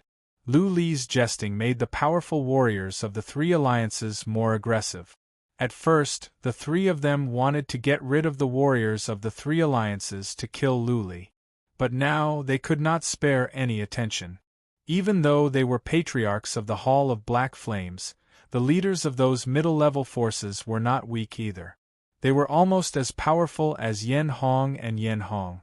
If Yan Hong and Yan Hong did not take this seriously, they would be killed before they knew it. Charge! Chen Tianfang would not let go of such a good chance. He joined the fight with several powerful warriors. The other powerful warriors of the 3 alliances were not to be outdone. All of them joined the fight. The scene became chaotic. "Let's go!" Lu Li was here to take advantage of the chaos to run for his life. This was such a good chance. Without any hesitation, Lu Li sneaked through the army. Before he left, he sent out 300 dark golden worms of the void and ordered them to target Yan Hong and the other two. Yan Hong and the other two were already under attack. If the dark golden worms of the void entered their bodies, it would be more likely that they would be left here. "Move!" Lu Li moved like a ghost. He dashed left and right among the warriors, smashing them away one by one and dashing into the distance. "Lu, God of Death, we will hunt you down even if you run to the ends of the world." Yan Hong watched as Lu Li ran away. He was trembling with anger. However, he could not go after Lu Li because he was occupied by 2 heaven tribulation god. Soon, Luli dashed out of the army. Powerful warriors of the four alliances noticed him, but they did not mind. He was just a heaven tribulation god. Even though he had some tricks up his sleeve, he could not change the overall situation. The four alliances said that the Furious Flames Island was the top priority. They were relieved that Luli had left. Luli sped up and left the Furious Flames Island. He dived to the bottom of the sea, using the trace of Tao to avoid scouts, and sneaked into the distance. He did not stop for even a moment. He ran for 2 days before he found an island to take a rest. After resting for 4 hours, he continued on his way. After spending more than a day, he arrived at the large island. This island was an affiliated island of the Boundless Island. It was peaceful and the nearby battles did not affect this place. The cultivators on the islands lived a very comfortable life.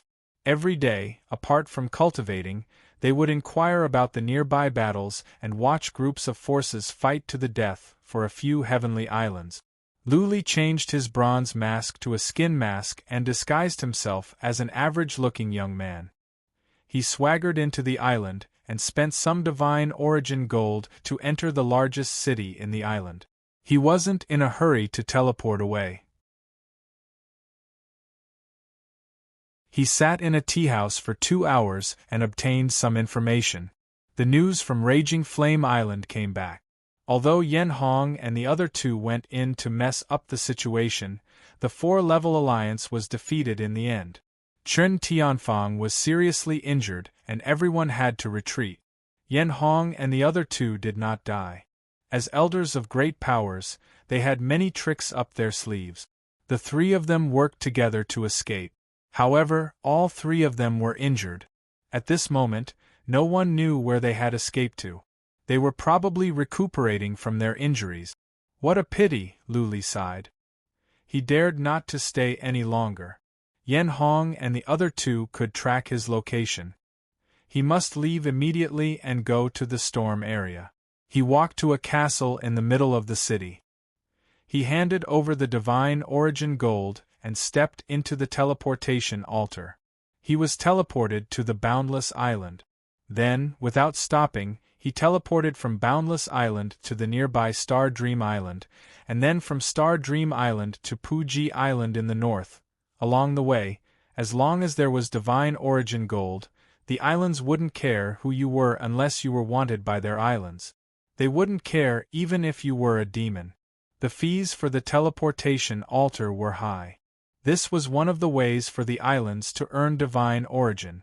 Luli's soul was strong. He didn't feel tired even after dozens of teleportations. He planned to teleport 100 times in one go and leave the nearby sea area first. Yen Hong and the other 2 were indeed recuperating from their injuries. Of the 3, Yen Hong was the most seriously injured. It was mostly because of Lu Li's dark golden worms of the void. One of Yen Hong's hands was cut off. He had been hiding in a cave under the sea. 5 days after Lu Li was teleported away, Yen Hong finally recovered some strength. His hand hadn't grown back yet. He immediately used his treasures to track down Lu Li. After a while, Yen Hong was surprised.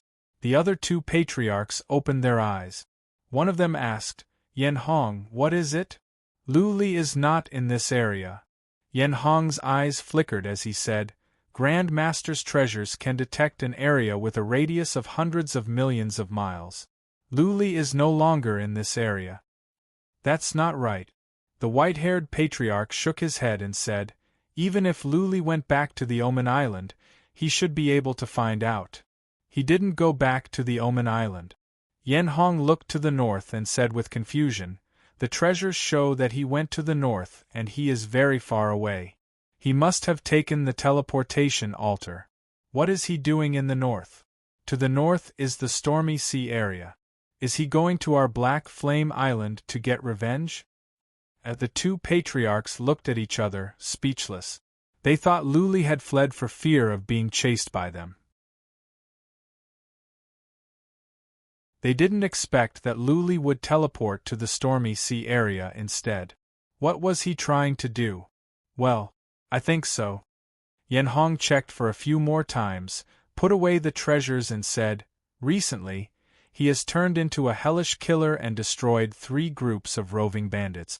I think he is trying to get divine origin gold. He needs a large amount of divine origin gold to teleport. I think he is going to the Stormy Sea area." "Ha ha, he brought this upon himself." The white-haired old man sneered and said, "That is our territory. If he dares to go to the Stormy Sea area, then let him stay there forever. Let's go. We will open the space portal and go after him. With the treasures of the Grand Master, do you think he can escape to the sky?" "Yes, let's go." Yen Hong suddenly stood up. He didn't even have time to tend to his wound. He was ready to open the space portal and go after Luli. As long as Luli didn't go back to the Omen Island, Yen Hong would hunt him down even if he had to run to the ends of the world until he killed Luli. Fairy! At the Omen Island, in the Mount Cloud, Patriarch Chen went into a side hall after receiving the confirmation. He reported, according to the information from the Boundless Island and the Star Dream Island, Luli has been teleported away 5 days ago. He should be leaving the Southern Sea area soon. Fairy Tianyin replied, "Okay, I see. Send someone to ask the scouts at the Stormy Sea area to keep an eye on him. There are 5 super forces at the Stormy Sea area, 3 reclusive sects and 9 powerful rogue cultivators. That is a famous place of chaos and killing." Patriarch Chen exclaimed, "This punk is unruly and unruly. I think he will cause a lot of trouble over there."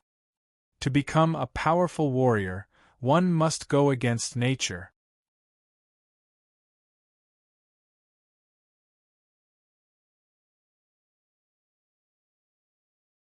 Chapter 1950. After more than 100 teleportations, Luli had no idea where he was now. All he could do was teleport to the north. After more than 100 teleportations, he stopped and found a tavern to rest in. Nobody knew him here. He was wearing a mask so his identity would not be exposed. He found a random tavern, built some formations and rested for a day. He would teleport again the next day. He had more than 2 million divine origin gold, enough for a round trip. Therefore, he was not worried about the cost. It didn't matter if he took the wrong route. He just needed to teleport to the north. After another 4 days of teleportation, Luli stopped, not because he was tired, but because he had heard a piece of news. He was on an island that belonged to a super force called Palace of Heaven Music. Palace of Heaven Music was a neutral force. The force had branches on many islands which were auction houses. Palace of Heaven Music had the largest auction house at the second heaven. Every year, many treasures would be auctioned. Luli stopped because there would be an auction at the Palace of Heaven Music tomorrow. Luli had some divine origin gold with him. That being said, it was not enough if he wanted to sell the best treasures. The auction would start tomorrow. Luli wanted to take a day to broaden his horizons and see what the best treasures at the second heaven were like. There was one more thing. Luli wanted to try his luck to see if there were any treasures that could strengthen the body. Also, he wanted to buy some books on divine glyphs so that Blood Fairy could learn divine glyphs faster. "Well, I don't have enough divine origin gold." Luli found the auction house and walked in directly. He found a steward and was ready to sell his treasures.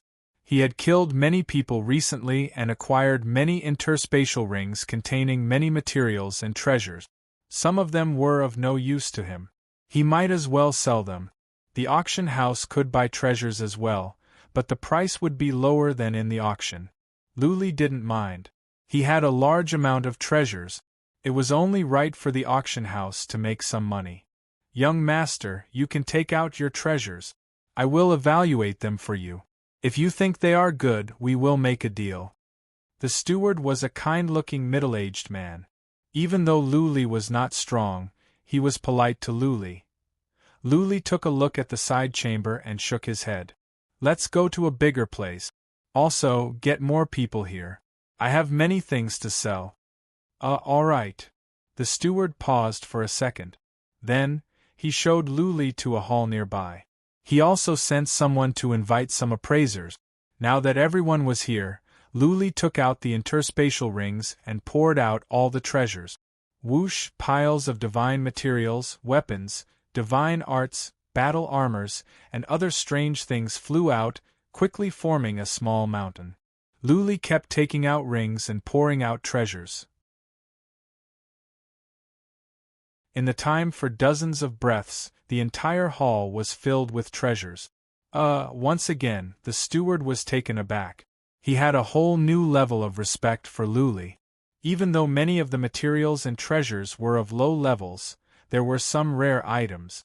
Most importantly, there were a lot of them. Take a look at these first. There will be more later. Luli waved his hand. The steward was speechless. Once again, he sent for several more appraisers and some servants. The servants would classify the treasures and the appraisers would give an estimate. Luli stood on the side and observed for a while. He was satisfied. The Palace of Celestial Music lived up to its reputation. The appraisers offered a fair price. It was reasonable. After about 2 hours, Luli estimated that the pile of treasures he gave out was worth about 1 million divine origin gold. Those roving bandits must be rich. The treasures they had were valuable. Young master, do you think the price is fair? The steward walked over politely when all the treasures were appraised. If all the treasures were sold, Luli would be one of their honored guests. Yes, I will sell them all to you at your price. Luli nodded. The smile on the steward's face grew wider. He sent someone to take the treasures away in batches and then asked, Young master, do you have more treasures for sale? We will take as many as you have. I have as many as I did just now. Luli thought about it and began to take out more treasures. He had checked all the rings and took out all the treasures that he thought were valuable. It was pointless to keep the low-level ones. He took out all the low-level ones and the steward continued to appraise them. 4 hours later, all the treasures were sold. In total, Luli had gained more than 2 million divine sources. Chief Steward Lu, I want to buy some of these stones. Do you have any? Luli took out a type of crystal, the one that Blood Fairy consumed last time. Blood Fairy was very important to Luli. He wanted to buy some crystals for her to see if she could evolve again. This is the White Demon Stone. The steward took a look and said, We have some in stock. Each one costs 10,000 divine origin gold. How many do you want, young master?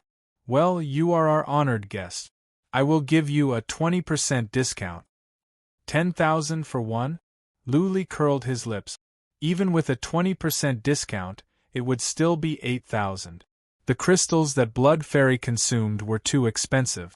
She was practically consuming divine origin gold. Luli thought about it and said, Give me 50. Just deduct it from the account. Deal.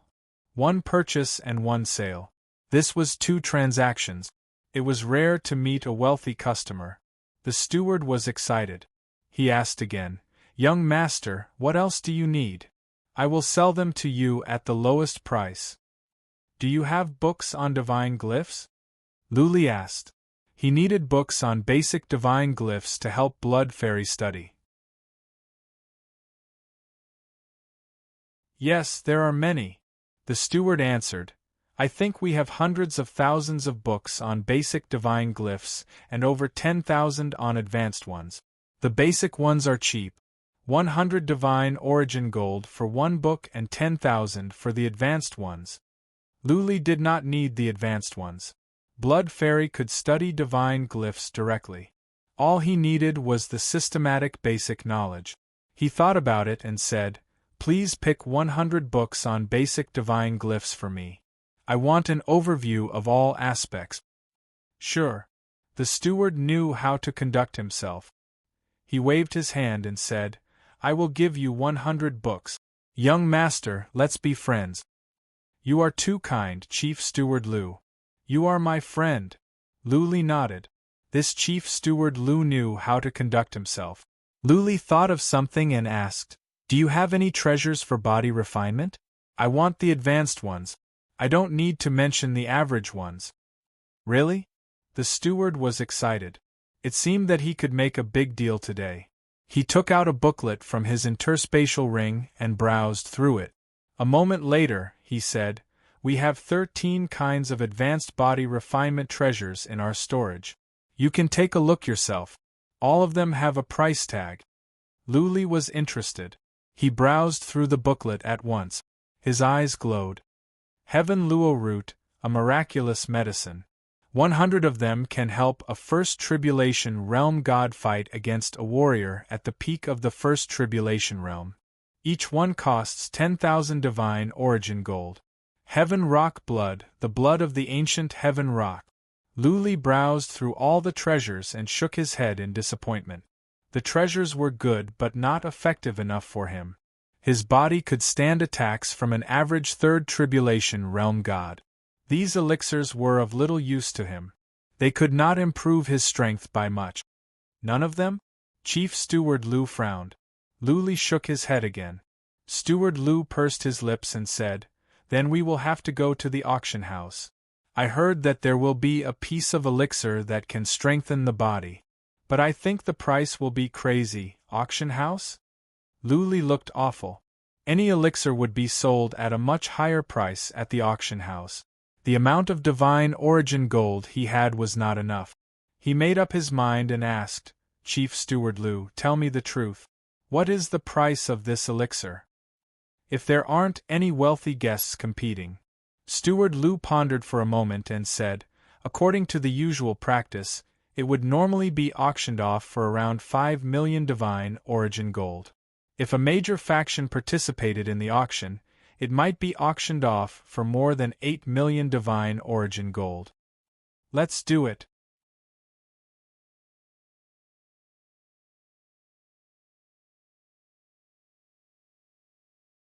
Chapter 1951. Luli had more than 2 million divine origin gold. After spending hundreds of thousands, he had 2 million left. He had sold more than 2 million divine origin gold and spent hundreds of thousands on crystals. Now, he had about 2 million left. Luli now had 4 million divine origin gold. He needed at least 1 million divine origin gold for teleportation. He only had 3 million divine origin gold at his disposal. If the elixir was sold at 8 million, then he would have a gap of 5 million. Buzzing, Luli's interspatial ring glowed as he took out many Chaos Treasure armors. He had 8 in total. Some of the armors were engraved with divine patterns and were strong in defense. Luli's physical body was strong enough that he didn't need the Chaos Treasure armors.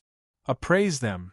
Luli had always wanted to give these armors to his family and friends when he returned to the divinity. He couldn't care less now and took them all out. Chief Steward Lu's eyes glowed. How could Luli, a one tribulation heaven god, have so many treasures?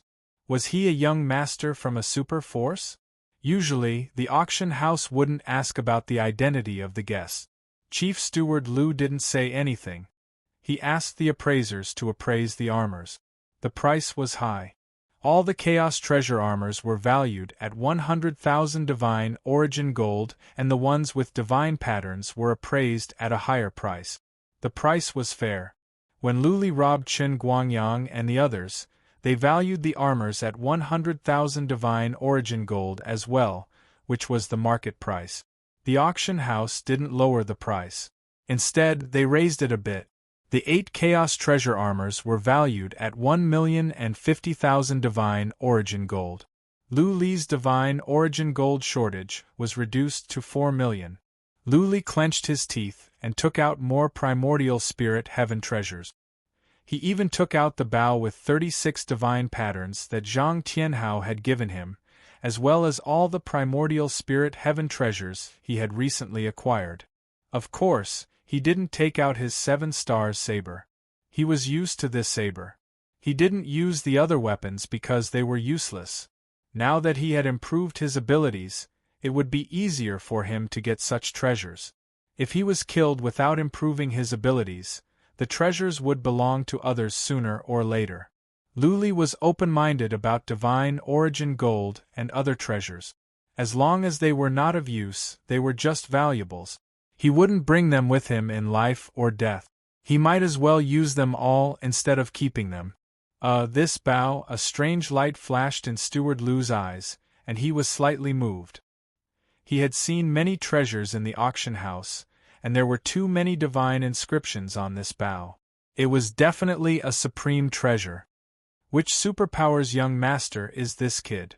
How could there be so many treasures? That's not right either. If he's a young master from a superforce, why would he lack divine origin metal? Manager Lu couldn't figure it out. Divine origin gold was one of the things that superpowers didn't lack. They wouldn't sell their treasures for divine origin gold. Instead, they would spend a large amount of divine origin gold to purchase treasures. The super forces had spirit mountains, spirit veins, and territories. They had many ways to earn divine root. Having a territory was equivalent to having a treasure mine that could continuously produce divine origin gold. If he was a young master from a superforce, he would have brought tens of millions of divine origin gold with him when he came to the auction, right? Good stuff. One of the appraisers ignored the other weapons and picked up the godly bow to study it carefully. The other two appraisers also came over to take a closer look. 36 divine inscriptions. After a while, the appraiser looked at the other two appraisers and said, "The divine inscriptions increase speed and strength. There are also strange attacks that can track the target and pierce through space. This bow can be regarded as a treasure. It's worth 1 million divine origin gold." Okay. Lu Li nodded. Zhang Tianhao also said that the bow was worth 1 million divine origin gold. The auction house offered a fair price. Seeing that Lu Li agreed, Steward Lu's smile grew wider. The appraiser began to appraise the other weapons. In the end, they all said 1,600,000 divine origin gold. 1,600,000. That means I still need 4,400,000 divine origin gold. Lu Li frowned. He thought about it and took out the diagrams Chen Guangyang gave him and the skill book he got from Killer Guisha, a skill that could help him make Dharma seals and Dharma shield. Lu Li had memorized the divine pattern and sent it to Blood Fairy. Lu Li made a copy of that skill. It didn't matter if he sold it. The appraiser took over the divine pattern and the skill book. The divine pattern was not valuable, so he gave an estimate of 100,000 divine origin gold. The other skill surprised the appraiser. He studied it for the time for one incense stick to burn and then gave it to another appraiser. In the end, after the three appraisers looked at it, they even sent a few sound transmissions to each other. Only then did one of the appraisers say, "This secret technique is very tyrannical. The power of the Magic Seal S and Magic Shield S that are refined are all very great, because this secret technique can be continuously copied and sold. The valuation can be a little higher. If young master is willing to sell it, we can offer the price of 2 million Xinyuan gold." Deal. Lu Li didn't hesitate. He had already made a copy. There was no loss. If he sold the skill to the auction house, they could sell it at a higher price because they could make an unlimited number of copies. They could sell it for 200,000 divine origin gold each time, and they could recoup the cost after 10 sales. 2,100,000 divine origin gold. Lu Li only needed several 100,000 divine origin gold. He didn't offer more treasures. 7 million divine origin gold should be enough for him to buy the elixir. "Young master, what is your name?" Chief Steward Lu was delighted. He took out a black token and said, "This is the VIP token of the Palace of Heavenly Music. From now on, you will be a VIP in all the chambers of commerce and auction houses of the Palace of Heavenly Music. You can enjoy 10% discount on all your goods." Lu Li took over the token without hesitation. He nodded and said, "Let's do the math. I will go to the auction tomorrow. Also, if I don't have enough divine origin gold, can I use my treasures as collateral?" "Sure." Chief Steward Lu waved his hand. Soon, someone began to do the math. After a while, a ring was brought over. Chief Steward Lu handed it over and said, "This is your divine origin gold. Please count it." Luli took over the ring and glanced at it. The number was about right. He said goodbye and left. He walked out to the tavern.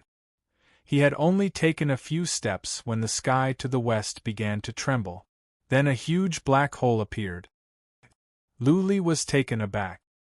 He looked around cautiously, only to see that no one was surprised. They were just looking at the black hole with curiosity and excitement. Whoosh! A golden chariot flew out of the black hole, flashed, and directly rushed into a huge manor in the city. Luli was shocked. A chariot came out from the black hole? A golden chariot? I think it is from the Alliance of Immortals. This auction has attracted many people from major forces.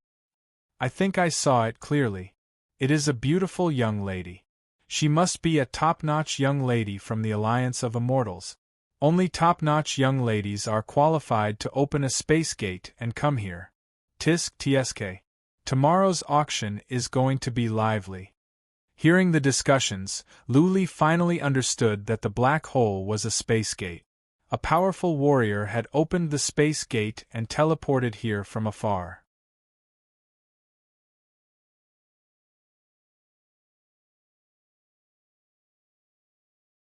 Chapter 1952.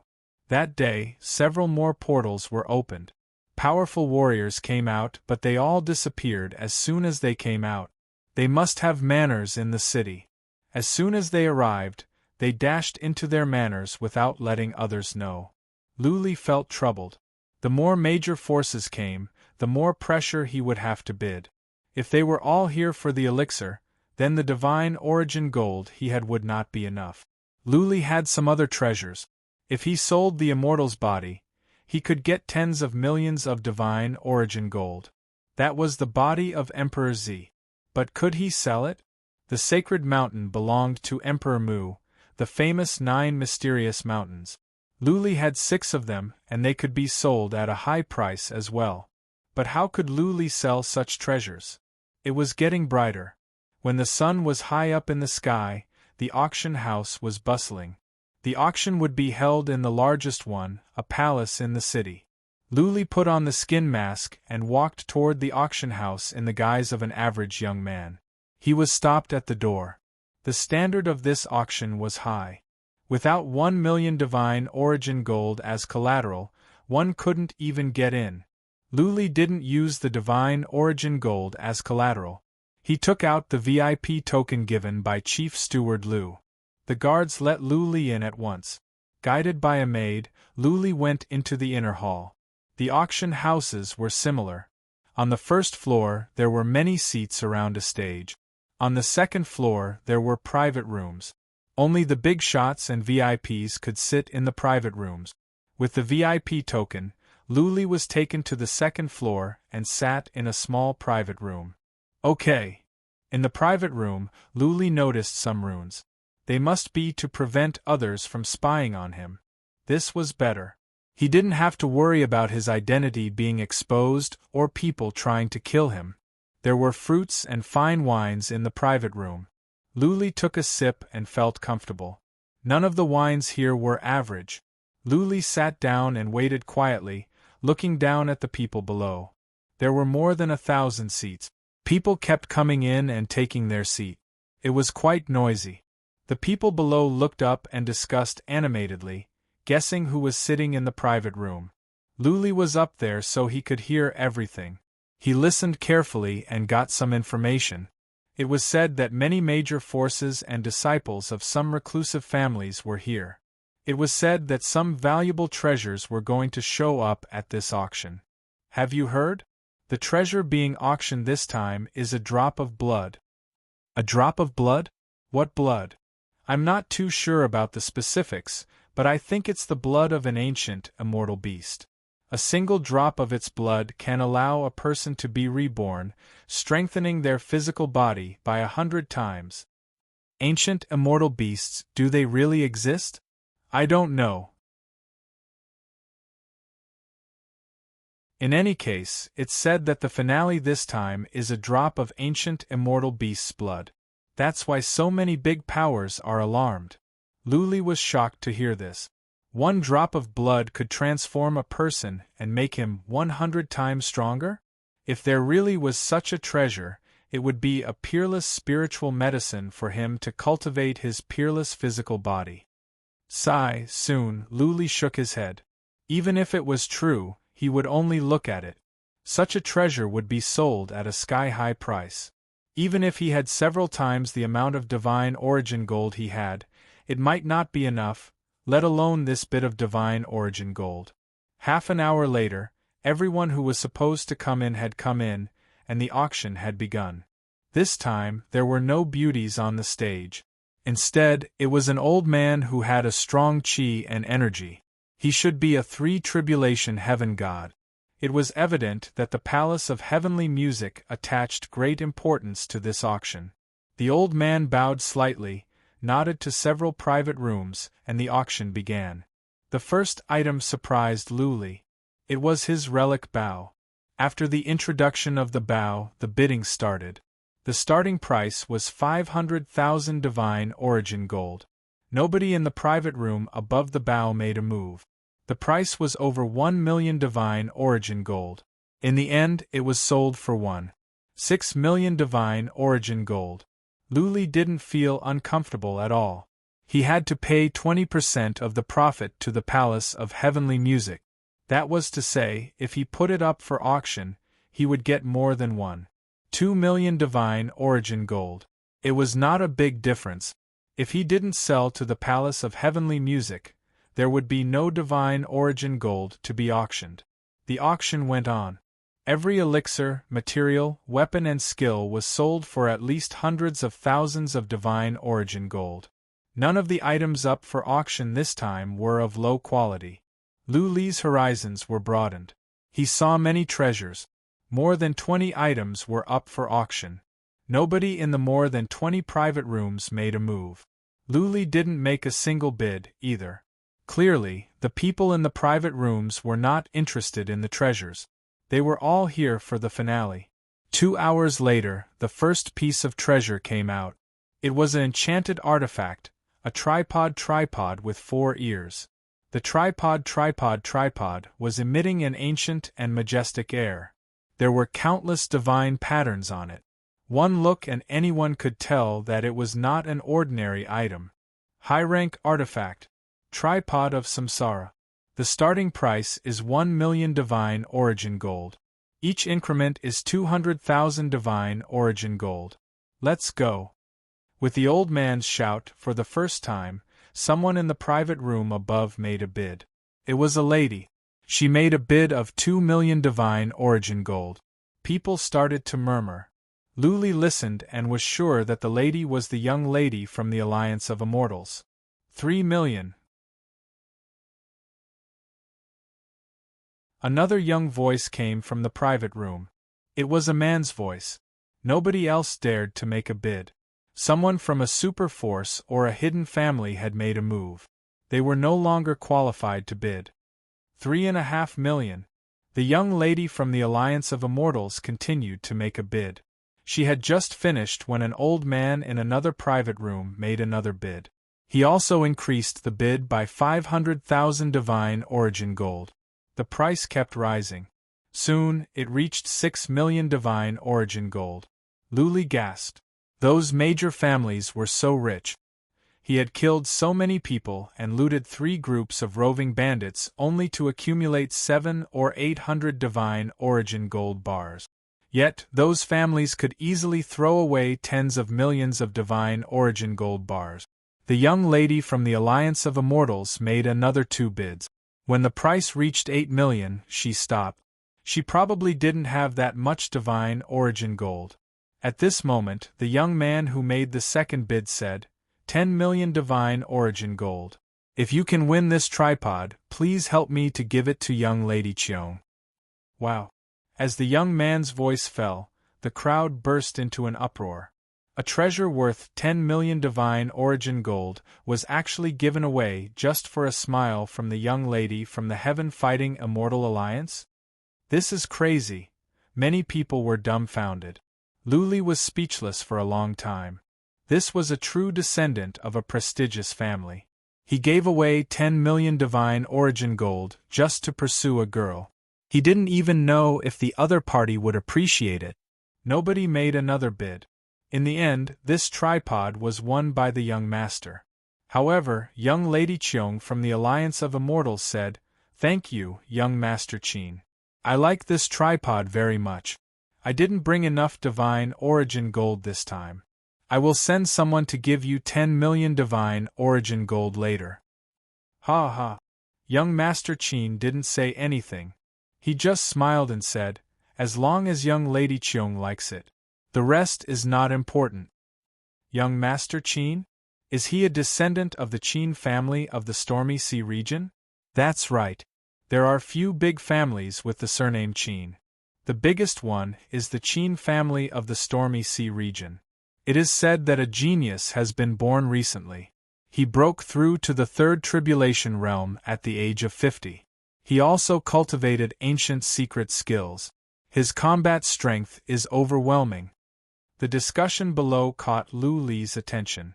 Since young Master Qin came from the Stormy Sea region, Lu Li happened to be there. Naturally, he paid more attention.